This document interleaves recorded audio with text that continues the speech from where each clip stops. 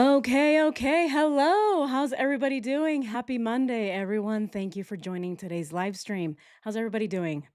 Did everyone have a really good weekend? I did.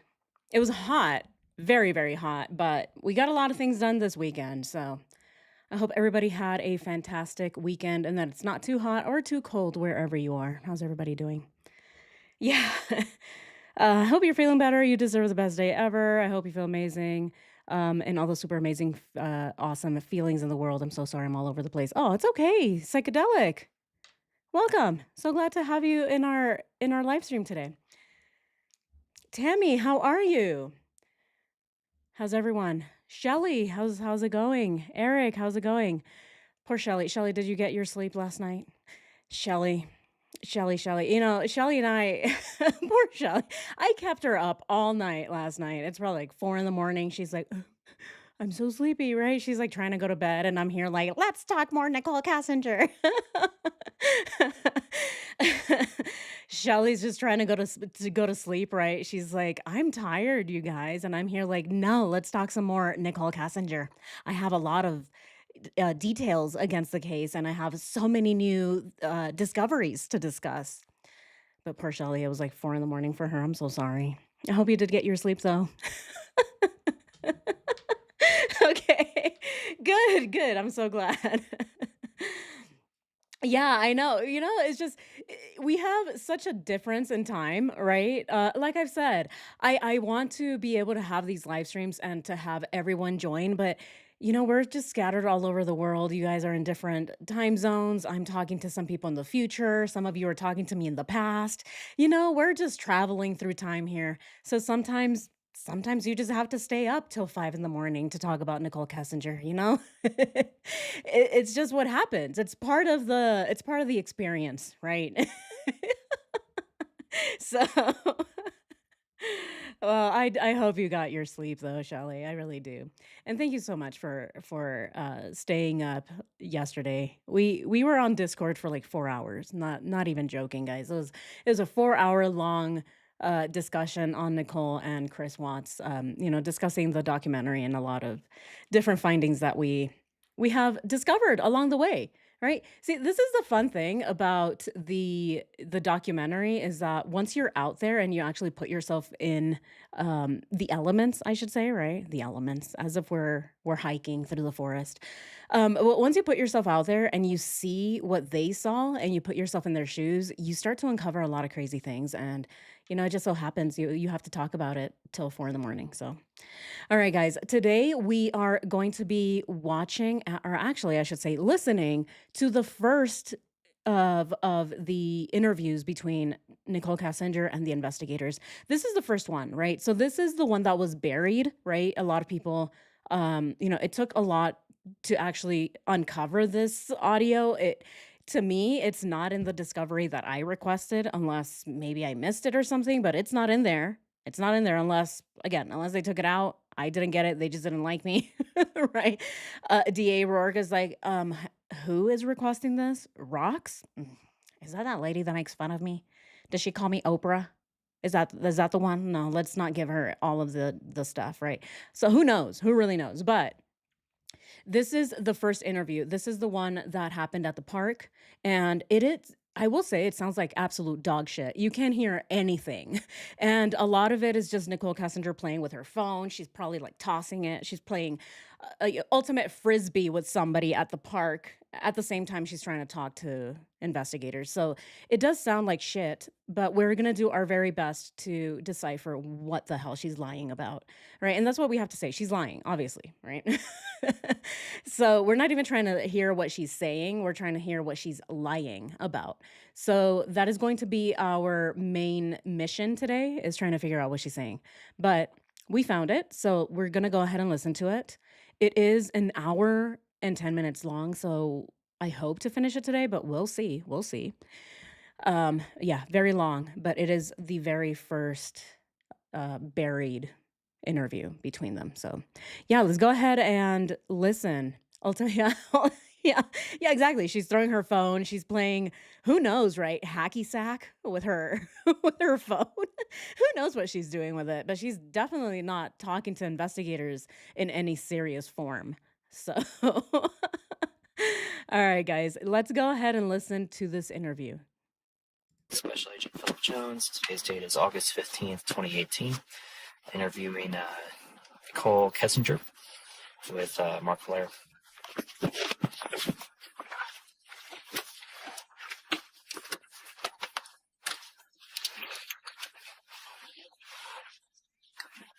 Okay. Hi, Philip Jones. Nice Probably meeting needs you, to get a little sweetheart. out of him, so that's kind of What's his name? shake right a bit. Yeah. Bud. Duke. Duke? Steve? Oh, he's down. Talking. Yeah, it's already starting off really bad, isn't it? It's already terrible. I don't know what is going on. There's a dog shaking its body in the background. Is that Duke? Is that Nicole's dog? Unofficial. Whatever you feel comfortable talking about. So I met Chris at work. He's not like one of my direct coworkers. He just like works kind of in passing in the same office building as me. I met him, I don't know, probably around the beginning of June, maybe before that. Maybe before that. Okay, so she's already lying. We're not even, guys, we're not even a minute in and she's already, I probably met him in June, probably earlier. Okay, so Nicole Kessinger's, her, what is it, her contract, right? So she was contracted out by Tasman to work for Anadarko. So that means that her contract was a 6-month contract. So if her contract was to end in August, right? That's when it ended. It was August 22nd. Then that means that she started way before that in February, right? Does that timeline make sense? If she was contracted out for 6 months and the contract ended August 22nd, then that means that she was contracted with Tasman a whole 6 months prior, which would be February. But she says she didn't meet him until June. But she says maybe before that. I don't really know, she says. So maybe May, maybe April. But again, this is not her direct coworker is what she says, right? She's like, this is not my direct coworker. I saw him in the break room one day when I was getting chips out of the vending machines and it got stuck, or whatever. Obviously, she didn't say that. But whatever nonsense she's already saying, to me, it's a lie. What do we think? If I had a dog, I'd take him to, oh, well, yes. Yeah, of course. Yeah, of course. You definitely, yeah, of course. You would definitely want to bring your dog if you're going to the park, but this is her first time meeting with investigators and she's just there, just hanging out. She's like, "Yeah, if you guys want to join me, I'm just going for a stroll. I'm just going to walk my dog. If you guys want to interview me while I'm doing that, go for it. Or you can just wait another week." Right? It's just how nonchalant the interview went. For me, it's a little weird. But anyway, let's continue. And we kind of talked in passing and then started to get to know each other. We started hanging out pretty frequently around, I want to say like the last week of June, somewhere around there. And have continued to talk until then. The last week of June, somewhere around there. How does she not know? Come on, lady, really? Okay, let's look at the date. This call happened on August 15th. Okay. The relationship started late June, but she can't say. Again, this is Nichol Kessinger. She cannot ever be direct with her answers. She will not say, oh, the relationship started the last week of June. She always has to say, I don't really know. I think it started somewhere around here. Probably. That's just a guess, though. That is just my best guesstimate. Really? Really? As obsessed as she was with Chris Watts, she still doesn't know? Come on. Informed me that he did have 2 kids. I knew that he had 2 daughters. He also told me that he was currently in the process of a separation from his wife. Oh, please. And so Are there mosquitoes? Mosquitoes. That he's What was that? Huh? What? Is she already doing her flirtatious thing with the investigators that are there? What was that? and so Bug? are there mosquitoes? Mosquitoes. That he was in the process of a separation from his wife, and as far as I knew, that was becoming pretty finalized. As far as I knew, that was becoming pretty finalized. And before that, she's like, "Is that a mosquito? What is she doing here?" To me, she's buying cognitive time, right? I think she's buying cognitive time. She was asked, when did you meet Chris? She's like, I don't really know. I met him here. I met him there. Oh my God, is that a mosquito? Is that a butterfly? Oh my God, what color is it? Go, Duke, go get it. Anyway, what were you talking about? Right? It's like, what is going on? This isn't a fucking picnic, all right? This is an interview into a quadruple homicide, right? This is August 15th. So at this point it is a homicide. But yet they're all acting as if they're on a picnic, right? They're just meeting her there. They're like, "Oh, let's just talk about Duke right now. Oh, it's such a great day out, isn't it? It's so pretty. Oh my gosh. The skies are so clear. It's such a good day, isn't it? The weather is perfect. What are they doing?" And then Monday afternoon, he told me that she was like gone and he didn't know where she was. And at that point, I don't think that it set off any alarms in my head, just because, I mean, I have friends that I text, and if I don't hear from them for like 3 hours or 6 hours or even like a couple days, I don't feel concerned about where they're at, because it's kind of a standard thing for me. But then She says it's a standard thing for her friends to go missing for 2 or 3 days. What? Huh? How's that standard? How your friends just not talking to you for 3 straight days? I guess it's pretty standard for her. I mean, she must not have that many close friends, right? If no one's talking to her, she's like, "Oh, it's fine. They're out of sight, out of mind. They'll reappear, I guess. If not, I'll just see them on Unsolved Mysteries. It's fine." What? Wow. With a friend like Nicole, who needs enemies? For real, who needs any enemies? I would love to have a friend like Nicole, because that would be the only enemy that I need, right? Oh, hey, Nicole, I'm going out. I'm gonna go camping for 2 days. And she's like, all right, I'll probably never see you again. All right, see ya. Bye. I'm missing for a whole year. She's like, oh, yeah, where's that rocks girl? She was my best friend. I don't know where she is, though. It's pretty standard for her to go missing for a whole year. Oh, my God. Wow. Anyway, let's continue. and she didn't come home that night. I was like, okay, well, maybe she'll come back. And I was kind of under the impression, since they're separating, that maybe she decided to take the kids. Maybe she decided to just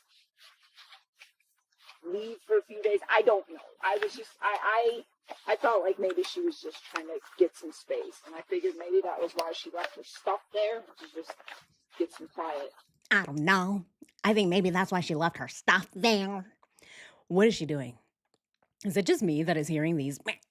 Right? She's going like, she sounds like an ambulance. To me, she sounds like an ambulance. She's like, up and down, up and down. And again, she's saying, oh, to me, it wasn't that serious. I thought maybe that's why she left all of her stuff there, her shoes, her keys, her wallet, her medication, because she just wanted some peace and quiet. Huh? So much peace and quiet that she doesn't even want to hear her flip-flops? Like, come on, really? It's so ridiculous. All of this is so ridiculous. The interview with Anthony Brown, he says that they were talking very closely in the hallway 5 months before the murders. Oh, Macker, yes. Yeah, right. This is one of the coworkers that saw them. A lot of the coworkers knew, right? I feel like a lot of the coworkers knew that something was going on between them. They just didn't want to say anything about it. Hmm. Yeah, and K's gross all around. All right, let's continue. Um, and then ye- yesterday rolled around, and she's still not around. And that started to seem really concerning for me that people still don't know where she is, and they don't know where those little girls are. And at that point, I was like, you know what? I I hope something did not happen to her and did not happen to her children. Oh my god. You know, at this point, I thought, I hope nothing happened to her. Nothing happened to those children. It took an entire 2 days, she says. Let's put up the calendar. So she says, yeah, Monday rolled around. She was gone, but I thought, oh, she'll just be back. It happens to me all the time. It's pretty standard. But then on the 14th, she was still gone because the 14th rolled around and she still wasn't around. That's when I became concerned. Kind of. Not really, though. Huh? So again, this is Nichol Kessinger's first interview ever with police. She has already lied, or if it's not a lie, it's definitely one of her inconsistencies that we have caught. She said that she was not concerned at all on Monday. Now she's saying, oh, I became concerned somewhat on the 14th because the day had rolled around and she still wasn't around. Okay, but in one of her other interviews, she says that she became concerned on Monday night. And this is why she was calling him at 11 at night. This is why. Oh, those two big ones, she says. You remember those two big calls at the end? That's when we were talking about me being so concerned, is what she says. Let's pull up the calls that she's talking about. It's these right here, right? It's these, the two big ones, the 50 and the 52. She says, I couldn't sleep. In one of the calls in between, she claims that there was a FaceTime call with Chris, and that's when she decided to also do laundry because Chris inspired her to wash the sheets. So that is when she started becoming concerned is Monday night. But now she's saying, "Oh no, I actually was not concerned then because it's pretty standard for me for my friends to go missing." Which is it, Nicole? Which is it? Yeah, her hairline makes me irrationally angry.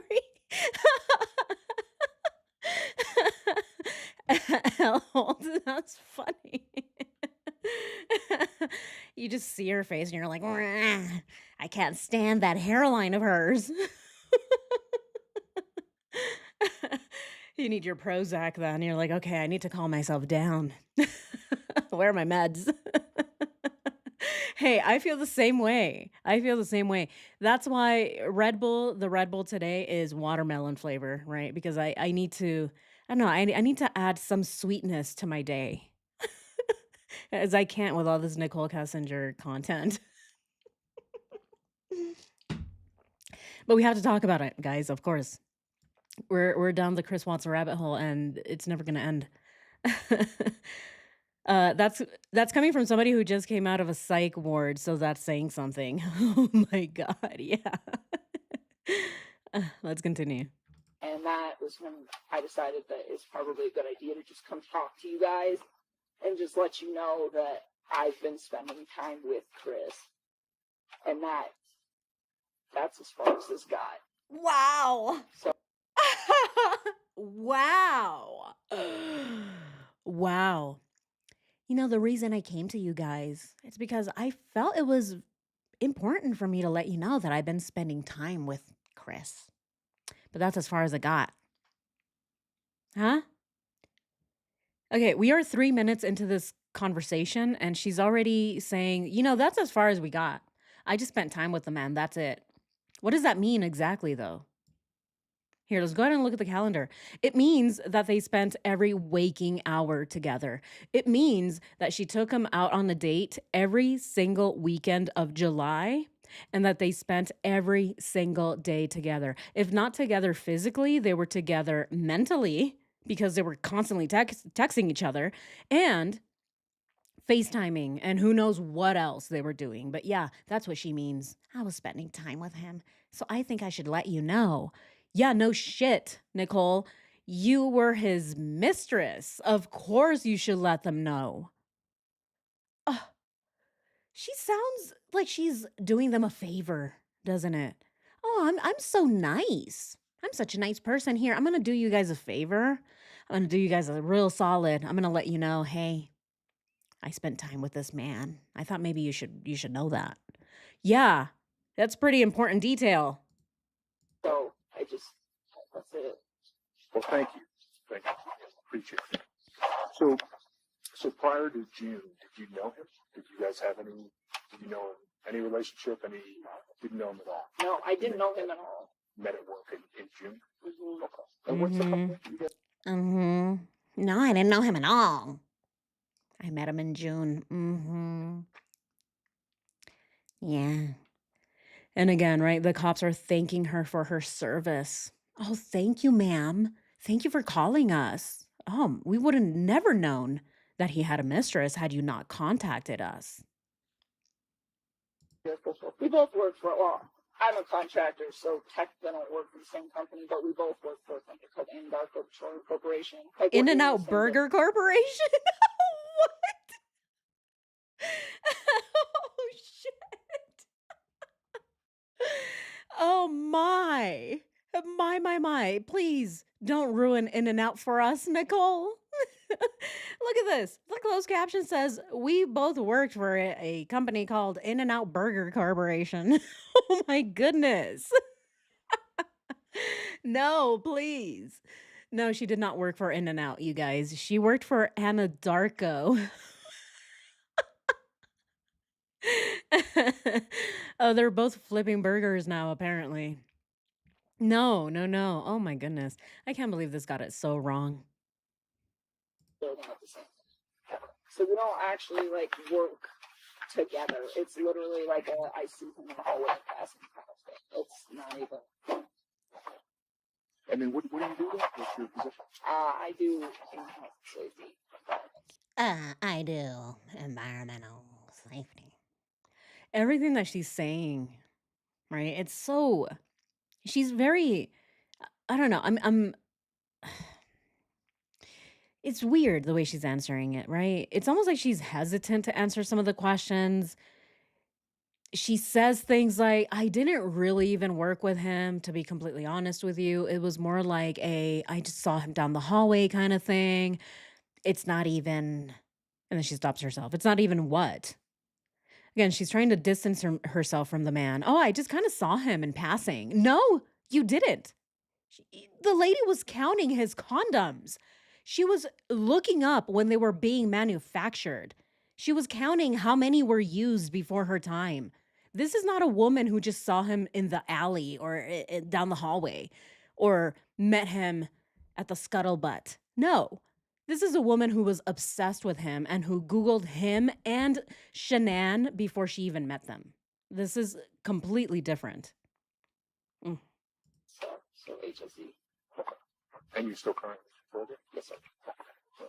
And then, so you guys met. Did you start communicating, via email, text, phone messages? How did sort of the relationship develop? So we started talking through text message and through phone calls. Well, no. Take your time. That's how it. I mean, No, right? And this is why she's like, oh. And then the police officer have to be like, hey, it's okay. Take your time. I know that you're forgetting things because this happened a really long time ago, 2 days ago. I understand. Yeah. Take your time. But she's saying, we started talking through phone and texts. Wrong. Wrong answer, Nicole. You started talking to him via work emails. Okay, so wrong answer already.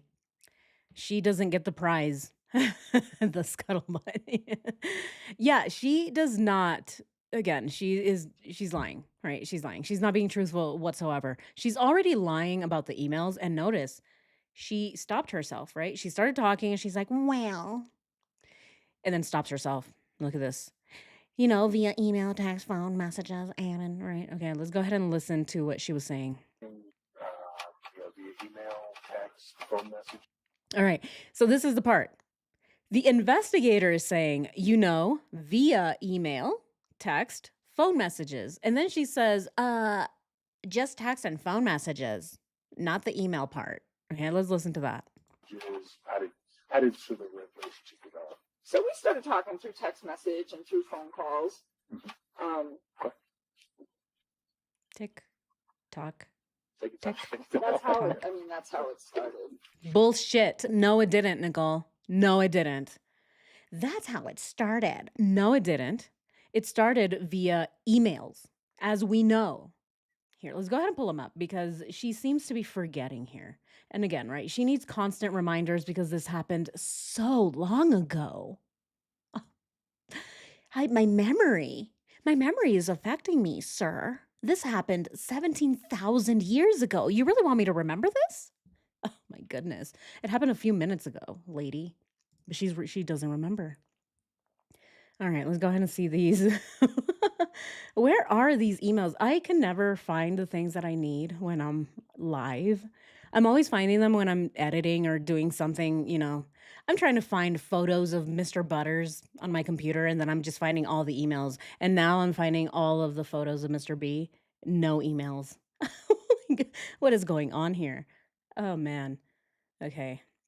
Well, they're in here somewhere. I'll find them. I'll find them. God. This always happens at the worst time. Like, where are these darn emails? Okay. Well, you guys know what emails we're talking about. I will pull them up. It's the ones where she's like, I want the life that you have. And then Chris is like, I believe in karma, right?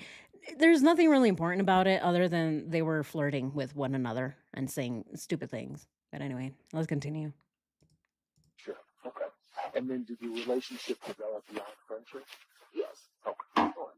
And then did he say anything to you about where he thought the relationship was going to be going, or what he was hoping for the future? I think that he was looking for a relationship with me, but I knew that he was in the process of a separation. So for me, I was kind of having a hard time with that, where it's like, because he told me, we're putting the house up for sale. We're putting the house up for sale. Oh my God. The audacity of Nichol Kessinger to say, I think he wanted a relationship with me, but I was uncomfortable with where he was in his relationship with his wife. Please, are you serious? She is the one who sent out that ridiculous email, all hands. She sent it to all the men, and she's like, okay, whichever one responds is the one that is getting the gift cards, right? So she was ready. She's like, okay, men, get in line. Whoever responds first gets a gift card to the lazy dog. And guess what? You get to take me on a date. And of course, it was Chris. It was Twistifer. Of course, the potato head. He's the first one that bought into this BS. He's the first one that saw Nichol and was like, okay, yeah, let me entertain this woman. Let me talk about my kids and my wife and how beautiful my life is. Or, all the nonsense that he was saying. Of course, he was the first one to entertain Nichol Kessinger. Yeah, that relationship is called a marriage. Exactly. Yes. Yeah, it's called a marriage. Oh, she has no shame. Exactly, Soil Blue. She has no shame. Oh, man. Yeah, my ears. Brit. Same. Same. And I told him, I'm not comfortable with considering you my significant other and vice versa while you are still like in the midst of a divorce. Like I was like, once you and her are finalized with the divorce, I'm like, once you and your kids have your new location that you wanted to move to set up, once all of that is where it needs to be, I'm like, then you and me can talk about, eventually like dating seriously and like building something with each other. But I mean, that was kind of my standstill on that. And, I feel guilty that I should have like waited to, I guess, look up the wedding dresses. I should have waited until, after to look up Amber Fry book deals. I guess I should have waited until, what is she saying? All the things that she's saying are, I feel guilty that I didn't wait until he was fully divorced. Really, says the lady that was looking up wedding dresses for 2 whole hours. Or was it 2? Wasn't it more? It was probably more, wasn't it? Oh my god, here. Let's go ahead and look at the calendar. She was looking wedding dresses on Saturday the 4th. Oh yeah, it is 2 hours. Oh, that's right. She was looking up backdoor twister for 4 hours. Completely forgot that. I forget. Which one was she doing for 2 or 4 hours? I mix those 2 up, but now we know. The wedding dresses, 2 hours, backdoor twister, 4 hours. Of course, it spends, I get it, right? I get it. Definitely takes way more time to figure out how to prepare for backdoor twister than it does to figure out your body size, right? For a wedding dress or the color, right? Oh, what color do I want? I think you can definitely choose the color wedding dress in less than 2 hours, but you can't really prepare. Like, what kind of Vaseline do I need? Mm, what kind do I need? Right? She's looking, I need the one that is non-GMO, please, because of my bottom. My bottom's a little sensitive, right? So now she's looking at all the different types of Vaseline. She's looking at where these Vaseline tubs are manufactured. So I get it, right? It takes a long time to look into backdoor twister. But here, she's looking at wedding dresses for 2 whole hours. And she is claiming that she was not comfortable with him still being married. Oh, she should have just waited, she says. Really? Let's continue. Like initiate anything that we had together until after the divorce was finalized, as opposed to doing it while they were separated. It was like talking. So, And this, I mean, it's not uncommon, and it's not. We appreciate your support right with us and telling us about this because it is significant. You know, we're trying to go through everything that we can as far as the investigation right now to figure out what happened or what's happening. So we appreciate you telling us about this. I know it's not easy to do. So can you tell me a little bit more than this? So I can't believe you guys this. started talking, and like, when did it develop into more than just talking or just friendship? They coddle her the whole time. Oh, thank you so much for meeting us. I know how hard this is. It must be so inconvenient for you to drive 2 miles to meet us, isn't it? That's her job. Her job is to meet with the police. She was the mistress. I can't. it's like the beginning of July. You know, July. And then did you guys continue to see each other up until would it be Monday? I saw him on Saturday. That was the last time I saw him. Okay. Okay. And then can you walk me through that on Saturday? Like, did you guys meet? What was that? Okay, she's about to get into Saturday. I saw him Saturday, and she starts with, I love it. Shelly, Vaseline Dion. What? Oh my goodness.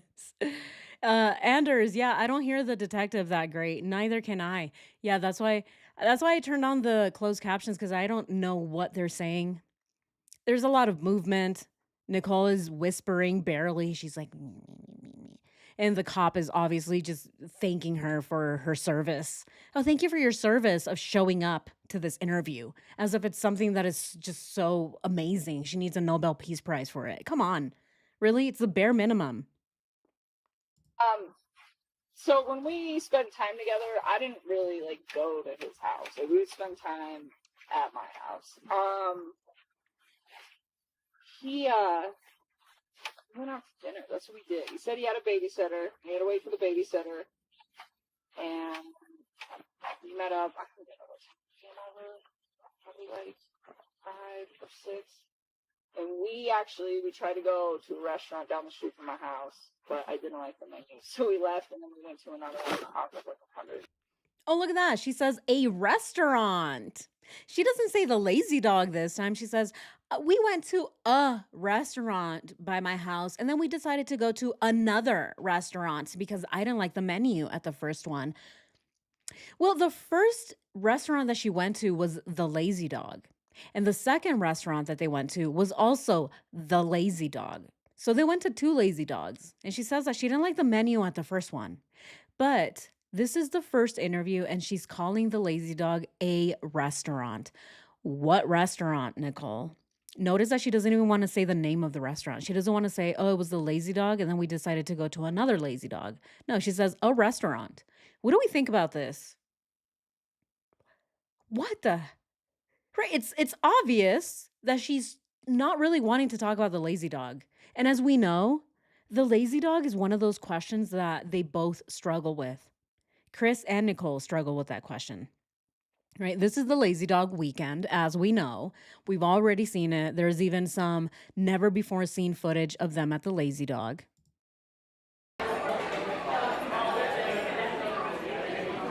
Right. So that is what we're talking about. They ordered a ton of chicken legs, tons of jars of asparagus, and they got charged so much money because they're both just a bunch of idiots eating at the lazy dog and spending all of the money. And then Chris Watts had to use his credit card because he had no more funds. He had spent it all on the fees and the shits and giggles tax. So this is what they're talking about, right? The lazy dog. And it's so weird. It's such a weird question. They both act so strange around it. What do we think about it? I know I've asked it so many times. What do we think about the lazy dog? Were they meeting someone? Did they see someone that probably knew Shanann and the girls and that's why they ran away? We don't know. All we know is that they don't want to talk about the lazy dog. So there's definitely something important around the lazy dog. So let's go ahead and continue because this is interesting. 44. It's called the Lazy Dog. And we went up there and we had dinner. And then he came back to my house and hung out with me for probably the Lazy Dog. Okay, so she did call it the lazy dog, but she called the second one the lazy dog, not the first one. Let's go ahead and listen to that again. That's what we did. He said he had a babysitter. He had to wait for the babysitter. And we met up. I forget what time he came over. Probably like 5 or 6. And we tried to go to a restaurant down the street from my house, but I didn't like the menu. So we left and then we went to another one off of like 144. It's called the Lazy Dog. It's called the lazy dog. It's called the lazy dog. And also, right, the way that she says it's called the lazy dog. You know, if you are out here, right, in Colorado or anywhere, and you say, "Hey, I'm going to the Lazy Dog," most people know that it's a restaurant, right? It's very, very similar to if you say, "Hey, I'm going to Starbucks." People are not going to be like, "What is that?" Right? So if you say things like, "Hey, yeah, I went to a coffee shop called Starbucks." That sounds like Chris when he's talking about Facebook. "Oh, hey, sir, have you heard of this thing called Facebook?" Yeah, it's a very, very excellent machine. It helps with communication. What is going on here? They're both saying the very obvious. Facebook and Lazy Dog, those are things that people just know, don't we? I mean, I'd say maybe if you are in like Panama, you're not going to know what Lazy Dog is. I don't know. Do they have lazy dogs in Panama? Probably not. But if you're in Colorado, you know what a lazy dog is. There's one in almost every corner. And we went up there and we had dinner. And then he came back to my house and hung out with me for probably like 15 minutes. And then he left because he said he had to go to the babysitter. So, And that was Saturday? that was Saturday. That's the last time I saw him. What? He had to go to work? What do you mean he had to go to work? On Saturday? Huh? So we left and then we went to another one off of like 144. It's called the Lazy Dog. And we went up there and we had dinner. And then he came back to my house and hung out with me for probably like 15 minutes. And then he left because he said he had to go to the babysitter. So, And that was Saturday? that was Saturday. That's the last time I saw him. Okay. And did you guys, was there anything else? She also makes sure to mention that that was the last time she saw him. That was the last time I saw him, I promise you. Yeah, it was Saturday. Yeah, it was Saturday when we went to the Lazy Dog. I promise you I didn't see him on Monday when my phone pinged at 6:16 a.m. on Frederick. Yeah, no. That's not the last time I saw him. Even though my phone records show that I was physically there in Frederick at 6 in the morning, it's not the last time, right? Or it is actually the last time I saw him, please. If you see the phone records, ignore those. Because Saturday was the last time I saw him. Do we notice that? Is that something that it seems like she's trying to convince the police officer that that's the last time she saw him, even though nobody asked her. They're just like, "Hey, like what's going on? Like, what is your relationship with him like? Can you tell us what happened?" And she's like, "Oh yeah, that was the last time I saw him. I promise you it's the last time I saw him." Hmm. Exactly, right? It means that it's the opposite. I think so too. Jerry, just like when she said we spent every night at my place. Total opposite. Exactly. Exactly, Jerry.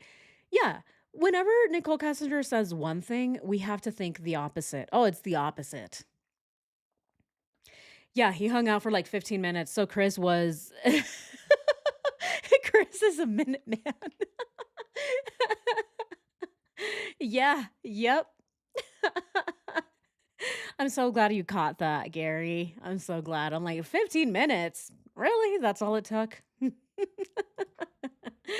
So they came over and he was there for 15 whole minutes. I mean, it takes 15 minutes to get the twister game out, right? And set it up, de-wrinkle it, right? Get everything out and make sure that the thing spins correctly. That's how long it takes. So definitely Chris Watts, 15 seconds max, probably, right? Mm. At least it's not much cleanup for Nicole afterwards. Oh my God. Let's continue. That you did was it just dinner? Did you go anyplace else? Visit any other? No, we just went to dinner. That's one of the only times I've actually ever been out in public with him. But yeah. What? Holy shit. No way. Holy moly. There is no way. This lady, did she really just say that? No, I just went out for dinner. One of the only times I went out in public with him. Huh? That's the last time I saw him. Okay. And did you guys? Was there anything else that you did? Was it just dinner? Did you go anyplace else? Visit any other? No, we just went to dinner. That's one of the only times I've actually ever been out in public with him. No wonder this audio was hidden and buried from us, because it is everything. All of it is the complete opposite of what Nicole Kessinger ended up saying in her second interview, isn't it? She's saying that is one of the only times I was ever out in public with him. Yet we have all of the evidence that it's not one of the only times that she was out in public with him. She was out in public with him on Saturday 14th. They were at the Shelby Car Museum. They were also out in public on July 21st when they were at the Bandamere Speedway. They were also out in public when they were at the Sand Dunes on July 28th and the 29th, and also when they went to BJ's, the restaurant that she clearly remembers where she sat at. They were also seen out in public all the other times that they were together. I mean, come on, really? Yeah, also the lazy dog, but what about all the other times that they were out together? What about the park? Right? Didn't she meet with him at the park? Didn't they go to the IMAX, right? The movie theater? They went so many places together, yet she's lying about this too. Wow. She really didn't think that they were going to find information on her phone. This is so crazy. Holy shit. Right? Exactly. Dolly's girl. Well, they just went out once. This is so absurd. I can't believe she's lying like this. I mean, yeah, right. Just Misu. She lies. Are we surprised? No, we're not surprised. I'm just surprised at the audacity. That is what I'm surprised at. I'm surprised that she felt so comfortable lying this way in her first interview, right? The very first one. She had no clue how many more times she was going to be interviewed, but she felt safe saying, "Yeah, that's one of the only times that I actually went out with him in public." Bullshit. There's so much evidence that this wasn't the only time that she went out in public with him, but she still felt safe saying that. That is, oh wow. That's crazy. Yeah, just And so for the most time in the past, whenever you guys were together, it was at your house or going out somewhere? typically not. I mean, we've done a few things, but not.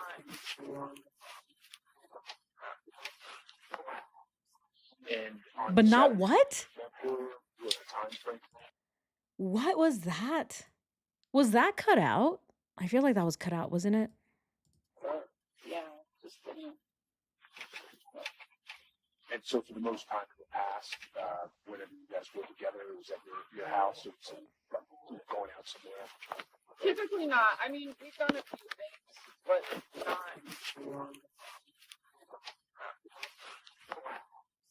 And on Saturday, What? what the time frame was? I think it was probably like 5 to 10-ish, somewhere around there. And I don't even think it was 10. We had to be back by 10. So I think it was a little bit before that. I think it was like 9:30. But somewhere in there. And I remember it might have been like a little after 5 too. All I know is the babysitter was going to get there around that time. And we had to be back before 10. So give or take drive time, something like that, 5 hours or so. And when he came to your house, did he pick you up at your house? I don't really like ride in this car. I've been in that white car they have once. But other than that, we take my truck everywhere. Wow. I've never heard this interview before. Never heard it. And the things that she's saying are so telling. She said, I mean, look at the way that she's describing Shanann's Lexus. Yeah, I was in that white fucking car that they have, that fucking piece of shit Lexus or whatever. I didn't really get in it anymore, though. We only drove my truck. Of course, she didn't add all the profanity in there, but she may as well have. Let's go ahead and listen to that again. House, did he pick you up at your house? I don't really like ride in this car. I've been in that white car they have once. I didn't. That white car they have. I was only in it once and it smelled bad. Oh my God. You can hear it in her voice, right? Yeah. She has so much disdain for this fucking car. It's a car and she hates it. She's like, ugh, that white car. I hate that she has a white car because I have a white car too. Oh my God. Right, exactly, Eric. That white car, she basically attacked Shanann. Yeah, NK knew what she drove. Exactly.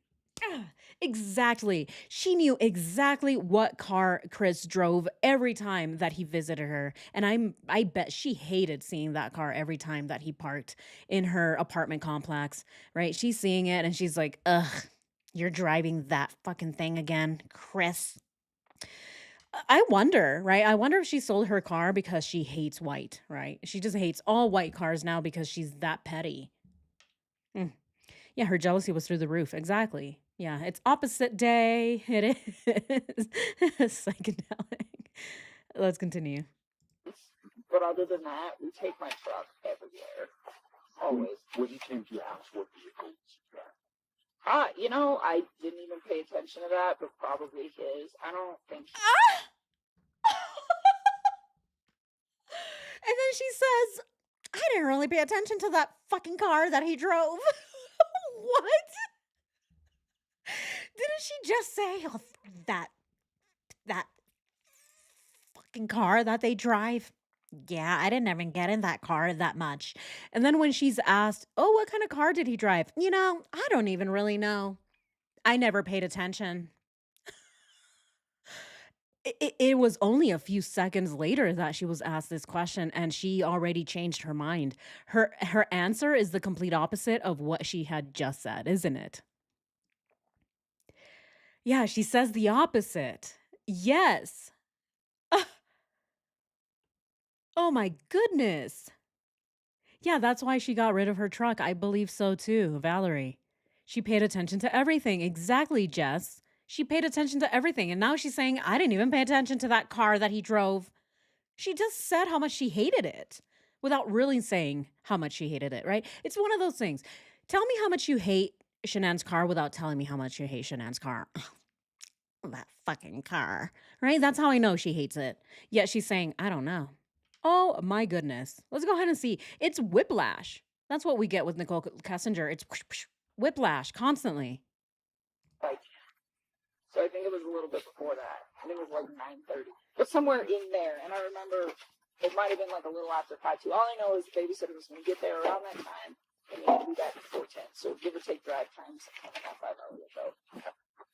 And when he came to your house, he picked you up at your house? I don't really like ride in this car. I've been in that white car they have once, but other than that, we take my truck everywhere. Always. When he came to your house, what vehicle was he driving? I didn't even pay attention to that, but probably his. I don't think he really takes the APC truck anywhere. He doesn't have to.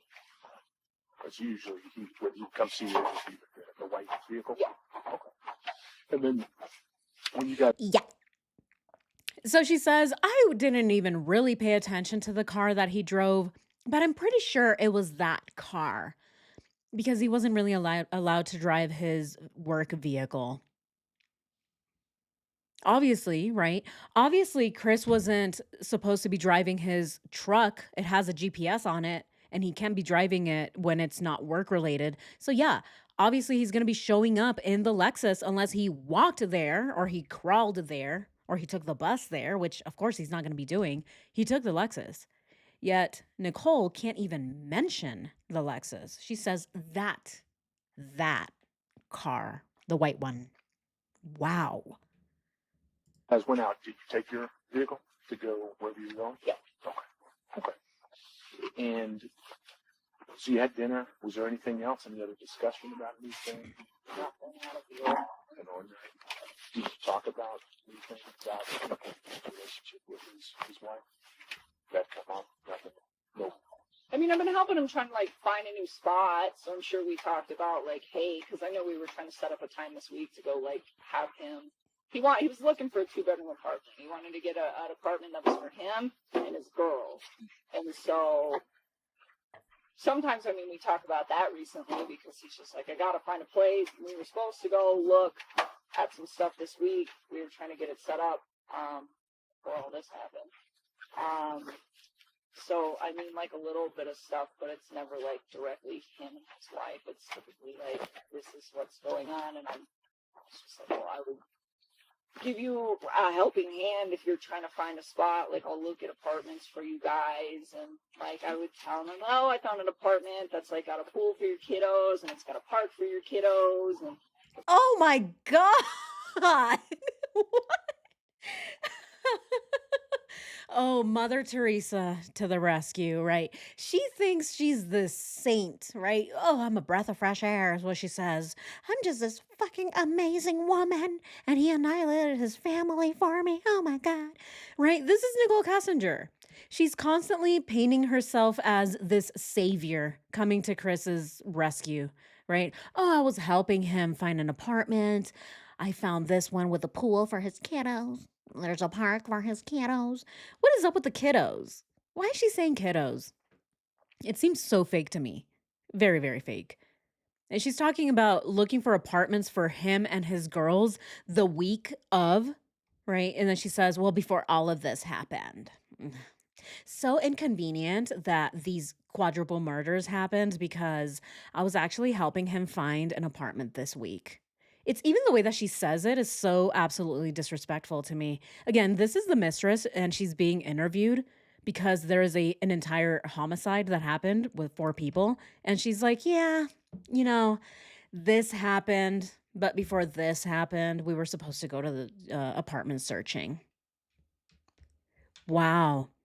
And again, right, she's painting herself as a saint. This is someone who wants the police to believe that she is very helpful. She's such a good person. Her only thing with Chris was, I just want to help.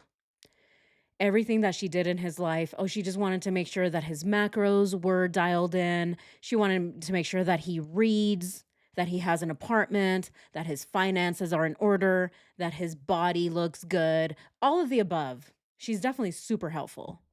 Wow. Again, bullshit, right? It's all bullshit. It's close to work and close to the gym and trying to make sure that he got a place that was close to where his ex-wife would be staying so that they were all, essentially located to each other and just really trying to help him to get set up so that he could have a good working relationship with her, with the kids, and then he could be in a location that was like safe and centrally located and good for the kids themselves when he had them. And so that, I mean, just trying to like help him to like transition and then be a good dad and make sure that he's there to do what he needs to do. I'm just trying to help him transition and be a good dad. That was all I was doing, sir. Officer, please believe me. I'm the mistress. But the only thing I ever wanted was for him to fix it with his wife, is what she says later. But now she's saying, oh no, I was helping him try to leave his wife. I was helping him get out of that house that they were living in together. I was trying to help him find an apartment for just him and his girls. I was trying to get him to transition out of his life from being married. But then later she says, oh no, I wasn't trying to help him with that. I was actually trying to help him stay with his wife. Which is it? Makes sense. And then after Saturday, what was the next time? Oh, I talk to him all the time. He hasn't texted me today because I asked him yesterday not to, but if I was to text him right now, I bet he'd respond in like 5 minutes. If I texted him right now, he would respond in 5 minutes. Maybe? Except he was being interrogated by police by this point, right? So here we see on the 15th, he was already being interrogated by police. And she's saying, if I texted him right now, he'll respond to me in 5 minutes. I mean, she's right about that. I would actually argue that he would respond in less time than that. Yeah, exactly, Eric. Yeah, she wears many hats. Yeah, what job didn't she claim to be? Right? She has all of the jobs. Yeah, she's even a cook. She's like, what do you want, Chris? Do you want those chicken and carrots that you made for me the first day that I came over your house? Yeah, give me the recipe. How do you cook it? Oh, you just put it in water? Okay, I can do that. Not too spicy though, right? Okay. So not too much water. All right, cool. All right. What is going on here? Nichol Kessinger has every single job on earth. Except mistress, apparently. She's like, oh, I'm no mistress. I was just helpful. And he has no idea that I'm part of you guys. Nobody does. My dad is the only person that's in this loop. Like, no one I know knows that I spent time with him. I don't think anybody he knows that I spent time with him. Like, besides the 3 people at the stable, it's just him. That knows. Nobody, no coworkers, no None of them. friends. No. Nobody. Okay. And you're confident that he didn't say anything to anybody about your relationship? I'm pretty positive he did not. Okay. So. And then, as far as text and phone. Yeah, she's positive that he didn't because she knows that he didn't. I mean, he was very much still married to Shanann. So obviously he's not going to be going around saying, hey guys, I'm cheating on my wife. I'm cheating on Shanann with this coworker that I just met. Obviously, right? Obviously he's not going to be doing that. Nichol Kessinger, on the other hand, she was the one telling all of her friends that she was seeing this potato head. She met him. Oh, I met this guy. He's ripped, but he's a little short, is what she's saying to her friend Charlotte. And I believe that Jim also met him. What do we think? Do we think that Jim and Chris ever met? And if they did, what would be the reasons for them meeting? I think this is a question for you guys. I'm going to add this in a poll. The question is, do we think that Chris met Jim? And if he did, why did they meet? All right, so that's a question. So do we think Chris met Jim? And why? And by why, I think that they probably met one of the times that Nichol Kessinger needed her dog to be babysat, right? And if they didn't meet, right, why wouldn't they meet? Three-way twister is another one. Yeah, exactly. Exactly. Okay, so do we think they met? Yes, for dog sitting. The other one is yes for twister. All right, so this is going to be for a 3-way back door. And then what is another one of the options? Work, maybe. Aren't they both geologists? But because of that, maybe they met for, because Nichol Kessinger had work-related issues or something. I don't believe, of course, right? I don't believe. What would another reason that they met be? Definitely twister time, yeah. Or could it be maybe their little witchiness, right? Their witchcraft or whatever they were trying to do. Maybe collecting crystals, right? Let's just say yes, collecting crystals. Right. What type of crystal they're collecting? I mean, that's up to you, right? Yeah, are they collecting amethysts or meth, right? Which type of crystal? And then the last one is no, never. They never met. All right, let's go ahead and start the poll. All right. So do we think Chris Watts met Jim and why? Yes for dog sitting, yes for three-way backdoor twister, yes for collecting crystals, and no never is the last one.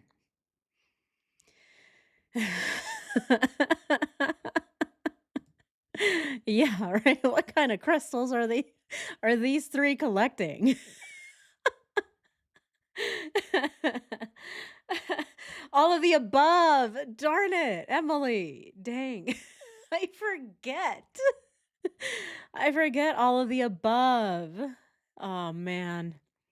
Oh, I forgot the I don't know option. You guys, like I said, I only get 4 options here and the first 3 are very important.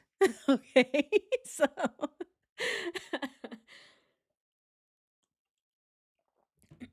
you guys let me know. If you think it's all the above, just comment all of the above. And then we'll count them at the end of the live stream. No, he won't. That's a lot of counting. I've always wondered why did drugs come up in Shannon's blood? Yeah. Yeah, it's a big question that we all have. Why did the oxy come up in her autopsy report? Um or yeah, right, yeah, the opioids. Can't forget all the above. I know. I always forget all, all the above. All right, guys, let's continue. I have to remember to write all the above next time. Phone calls since Saturday. Has anything been odd to you? Anything that he said or written that strikes you as being strange or not truthful? Or... No. Well, so I talked to him on Sunday night, and he was fine on Sunday night. I didn't have any issues with him. And then Monday, I think we shot each other like a couple texts at work, but him and I get real busy, both of us do at work. So it was just kind of like, and it was like just a mundane bullshit conversation, you know. And then Monday afternoon, I came home from work, and I had a friend over at my house who is not involved or knows nothing about this. Oh Like, my I went to meet with a god. friend, and then he texted me and No fucking way did she just say that. By the way, I had a friend come over who is in no way, shape, or form involved in any of this. Let me just let you know his name is Jim. Leave him alone. He's not involved in this. I know you didn't ask, but I need to let you know that Jim is not involved. Oh, did I just say his name? I'm sorry. I meant my friend. Not involved. Huh? Oh my goodness. mundane bullshit conversation, you know. And then Not to mention what she said before that. She's like, oh, yeah, Monday, it was just a regular Monday, just bullshit conversations. Nothing to look into, nothing strange at all about that morning. You don't even have to go looking through any of my phone records. There's definitely nothing strange going on that day. Okay. So she says that Monday was such a just normal morning. Oh, we're just bullshitting, is what she's saying. Oh, conversation is not even important. Okay. Monday was the only time in the entire relationship that Nichol Kessinger and Chris Watts didn't talk on the phone that morning. They didn't even, right? Like at all. Chris didn't call her to wish her a beautiful day and, oh, sunflowers and sunshines, Nikki. Nothing, right? Nothing. 0 phone calls. But she says, oh, it's just a normal day. And we get so busy, is what she says. Him and I, we just get so busy at work. That's why I wouldn't talk. Okay. Then we go ahead and look at the actual day. Look at all of the activity. Look at how much happened that day. And yet she goes on to say, you know what? Nothing really important happened that morning. Regular day. Again, why does she feel the need to tell the police that nothing happened that morning? That it was just a normal, absolutely normal, mundane Monday morning? It's because I think it's the opposite. It wasn't a normal, regular, mundane lame, boring Monday morning. No, it was the day of the murders. And it was also the day that she pinged in Frederick at 6:16 in the morning. So it's very important, yet she is not really wanting to talk about it. She's saying that it was just a random, boring Monday. Very interesting. Tiger, thank you so much. Thank you. Oh my God. Thank you so much for the super chat. Aw. Let's celebrate. Let's celebrate. Thank you. Yeah, right? It's so shady. Chris popped. Chris popped. Chris pooped on the sunflowers. Yeah. Did he poop on Nicole's head? I wonder. I mean, who knows, really, right? When you're involving all that kind of different type of twister, who really knows what is happening? Who knows, right? Maybe it's a maybe it was a little inside joke between them, right? Chris is seeing the flowers and he's like, "Oh, I got to send this to Nicole." Yeah, look, mommy, I'm feeding sunflowers. Again, it's so insane. Let's continue. Monday afternoon, I came home from work, and I was actually at a friend over my house. Monday afternoon, I came home from work. I had a friend over who is in no way, shape, or form involved in this. Not involved or knows nothing about this at all, but like I went to meet up. He's not involved in this. That's how she talks, right? That's how she talks when it comes to Jim or when she's lying about certain things. She's like, "Brr." So I rumble. Brr. And now she's saying he was not involved. Up with a friend, and then he texted me and told me something along the lines of like, my wife and my kids aren't home. And I was just like, okay. And then that was on Monday. It was on Monday. Do you know what time it was? Honestly, I'm kind of upset with him right now. Just disappointed with him. So I'll talk to him right now. But probably realistically, I'll tell you. It happened like right after I walked in the door to meet up with my friend, and let me see. So Monday, I got off of work at 3 p.m. Takes me probably like 40 minutes to get home, and I had just walked in the door. So how about 3:45? That's probably about right. Hold on. Why was Jim there? Let's go ahead and pull up the calendar real quick. I don't know why, but something just popped in my head. Why was Jim already in her apartment on Monday morning? Or whatever time he was already there. No one really knows what time Jim arrived at her house. But when she got home from work at supposedly 3:45, he was already there. Was he taking care of her dog? Why was he there? Was Nicole not at home the night prior? Is that why he was there? Because somebody needs to feed her dog? Where was she? That is interesting, isn't it? Huh. Because if she's meeting with her friend Jim, why did Jim need a key to her apartment? Unless he's there because he needs to go in to feed her dog. But if her dog was only gone for a few hours, or not her dog, if she was gone for only a few hours, then her dog doesn't need babysitting. Unless she was gone for more than 24 hours, right? Isn't that interesting?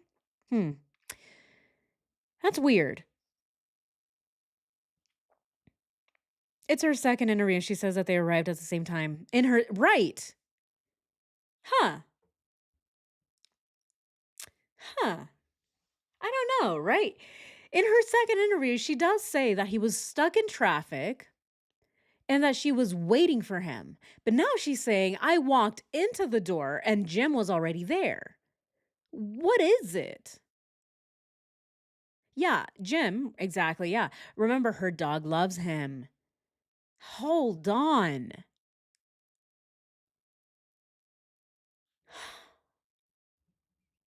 So that means that Jim had already spent the night. That means that if this is the case, Nicole did not spend the night at her apartment on Monday or Sunday night. Why was he already there? Hmm. Interesting. Uh-huh. Okay. All right, let's continue. And so he sent that then. And Actually, let's go ahead and add this to the calendar. I can't really ignore this one. She's saying that she arrived at 3:45. Okay, so let's go ahead and see the day of, unless we already have it in the calendar. But she's saying she arrived from work at 3:45. Okay, so let's just go ahead and see here. Okay, so at 3:32, NK calls Jim. Let's go ahead and see her phone logs. Okay, so at 3:32, she calls Jim, and she is in Brighton. So it's possible that she got off work and she is calling him from Brighton because she's in Platteville. She's driving through Brighton. She's calling him. She's like, "Hey, I'm on my way home." But this was at 3:32. So then it tracks, right? So then she did get home at 3:45. All right, so let's go ahead and put that in the calendar. Nichol Kessinger arrives home at around 3:45 is what she says, right? But the interesting thing is that Jim was already there. BK. Burger King. Arrives. Oh my goodness. Arrives home. Or I'll just leave it here. Okay, so arrives home and then the time is 3:45. Okay, so let's go ahead and see what the calendar looks like now. All right, so she calls Jim. She gets home and then look at that. Chris Getman. But that happens. Let's see. 4 minutes. Oh, that's right. Chris Getman calls her immediately after she comes home. Look at that. When she gets home at 4:48, she gets a call from the Chris Getman guy, right? Incoming. It's right here. 4 minutes. And then immediately after that, Nichol Kessinger calls Chris twice. Unanswered. She calls him twice. And then she calls him again, right? So at 5:01, and then she calls him again at 5:30, and he does not answer the phone. Yeah, her story changes. Yeah, Trail. Right. So many inconsistencies here. Huh. Yeah, I believe she was at the house with Chris to help. Yeah, she was dropped off at Chris's house. Then Jim went back to Nikki's house and waited for her to call for a ride. Yeah, that's why it pinged. Exactly, Lehigh. Right. Once we see the calendar and we see the sequence of events, it's very hard to ignore all of the little things that Nichol Kessinger is lying about because we're seeing it. These are all lies. That's really weird. Okay, let's continue. I was like really confused, but I wasn't concerned at that point because it was just like, you mean she's not home? Like, she at the grocery store? I mean, it was like, all right. I didn't What? Is she for real? Is she trying to be a comedian right now? She's like, "Oh, I don't know. I wasn't really that concerned." I'm like, "Well, where the fuck is she? Is she at the grocery store?" Like, what? No, she's not at the grocery store, Nicole. Really? Does she really think Chris is going to be calling her and be like, "Nikki, I'm so concerned. My family is gone. They're at the grocery store."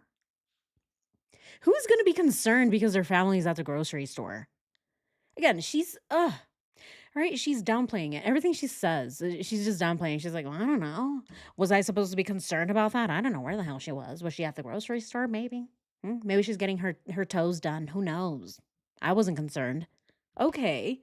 And she says, "All right, let's go ahead and listen to what else she says." It's just all nonsense. realize like the seriousness of the situation at that point. But no, she didn't come home that night. And then I talked to him that night too, and he really didn't seem like. I mean, he was like concerned about his kids, definitely, but he didn't seem like he was at that point worried that something horrible had happened. He was just kind of like, I don't know where they're at. It's stressing me out. And I could hear it in his voice. Like, he sounded kind of scared. Like, he was just worried about them, you know? It's like, I don't know where she is. Like, I don't know where she did her stuff. I mean, so he was worried, but it wasn't, worried like I think somebody would sound if somebody they loved was not at home, you know? But at the same time, Wow. I don't think Nicole knows what it feels like to love someone. She's saying, well, he was showing the same amount of concern that anyone would feel when someone you love is missing, you know? I've never felt that before, but I'm sure it's pretty severe. Huh? Again, this is the woman that claims, "Oh, my friends go missing all the time. It's pretty standard for me, and I don't give a shit when they go missing." This is a woman that has no clue what it feels like to have someone that you love go missing. I mean, everything that she's saying is so absolutely absurd. It's ridiculous. She's like, I heard it in his voice. It sounded like someone who loves the people that are missing. Isn't that weird? Wow. Are we serious right now? Oh, Eric, thank you so much. Eric Isa, thank you. Oh my goodness. Thank you so much for the super chat. Eric says, NK's story always changes, just like those choose your own adventure books. Yes. Yes. Remember those? Yes. I remember the R.L. Stein Goosebumps books, the ones that had a different ending every time, right? You like switch the page and it says, "Oh, do you want to enter the cave with the monster, or do you want to go down the alleyway with the monster blood?" Right? And you have to choose. And you're like, oh my God, no. Am I going to get attacked by the pumpkin head or the potato head? Right? You never really know what the ending's going to be like. But yes, Eric, it's so accurate. Yes. And thank you for bringing me back to my childhood. Those Goosebump books, man, they were my life. They brought life to me.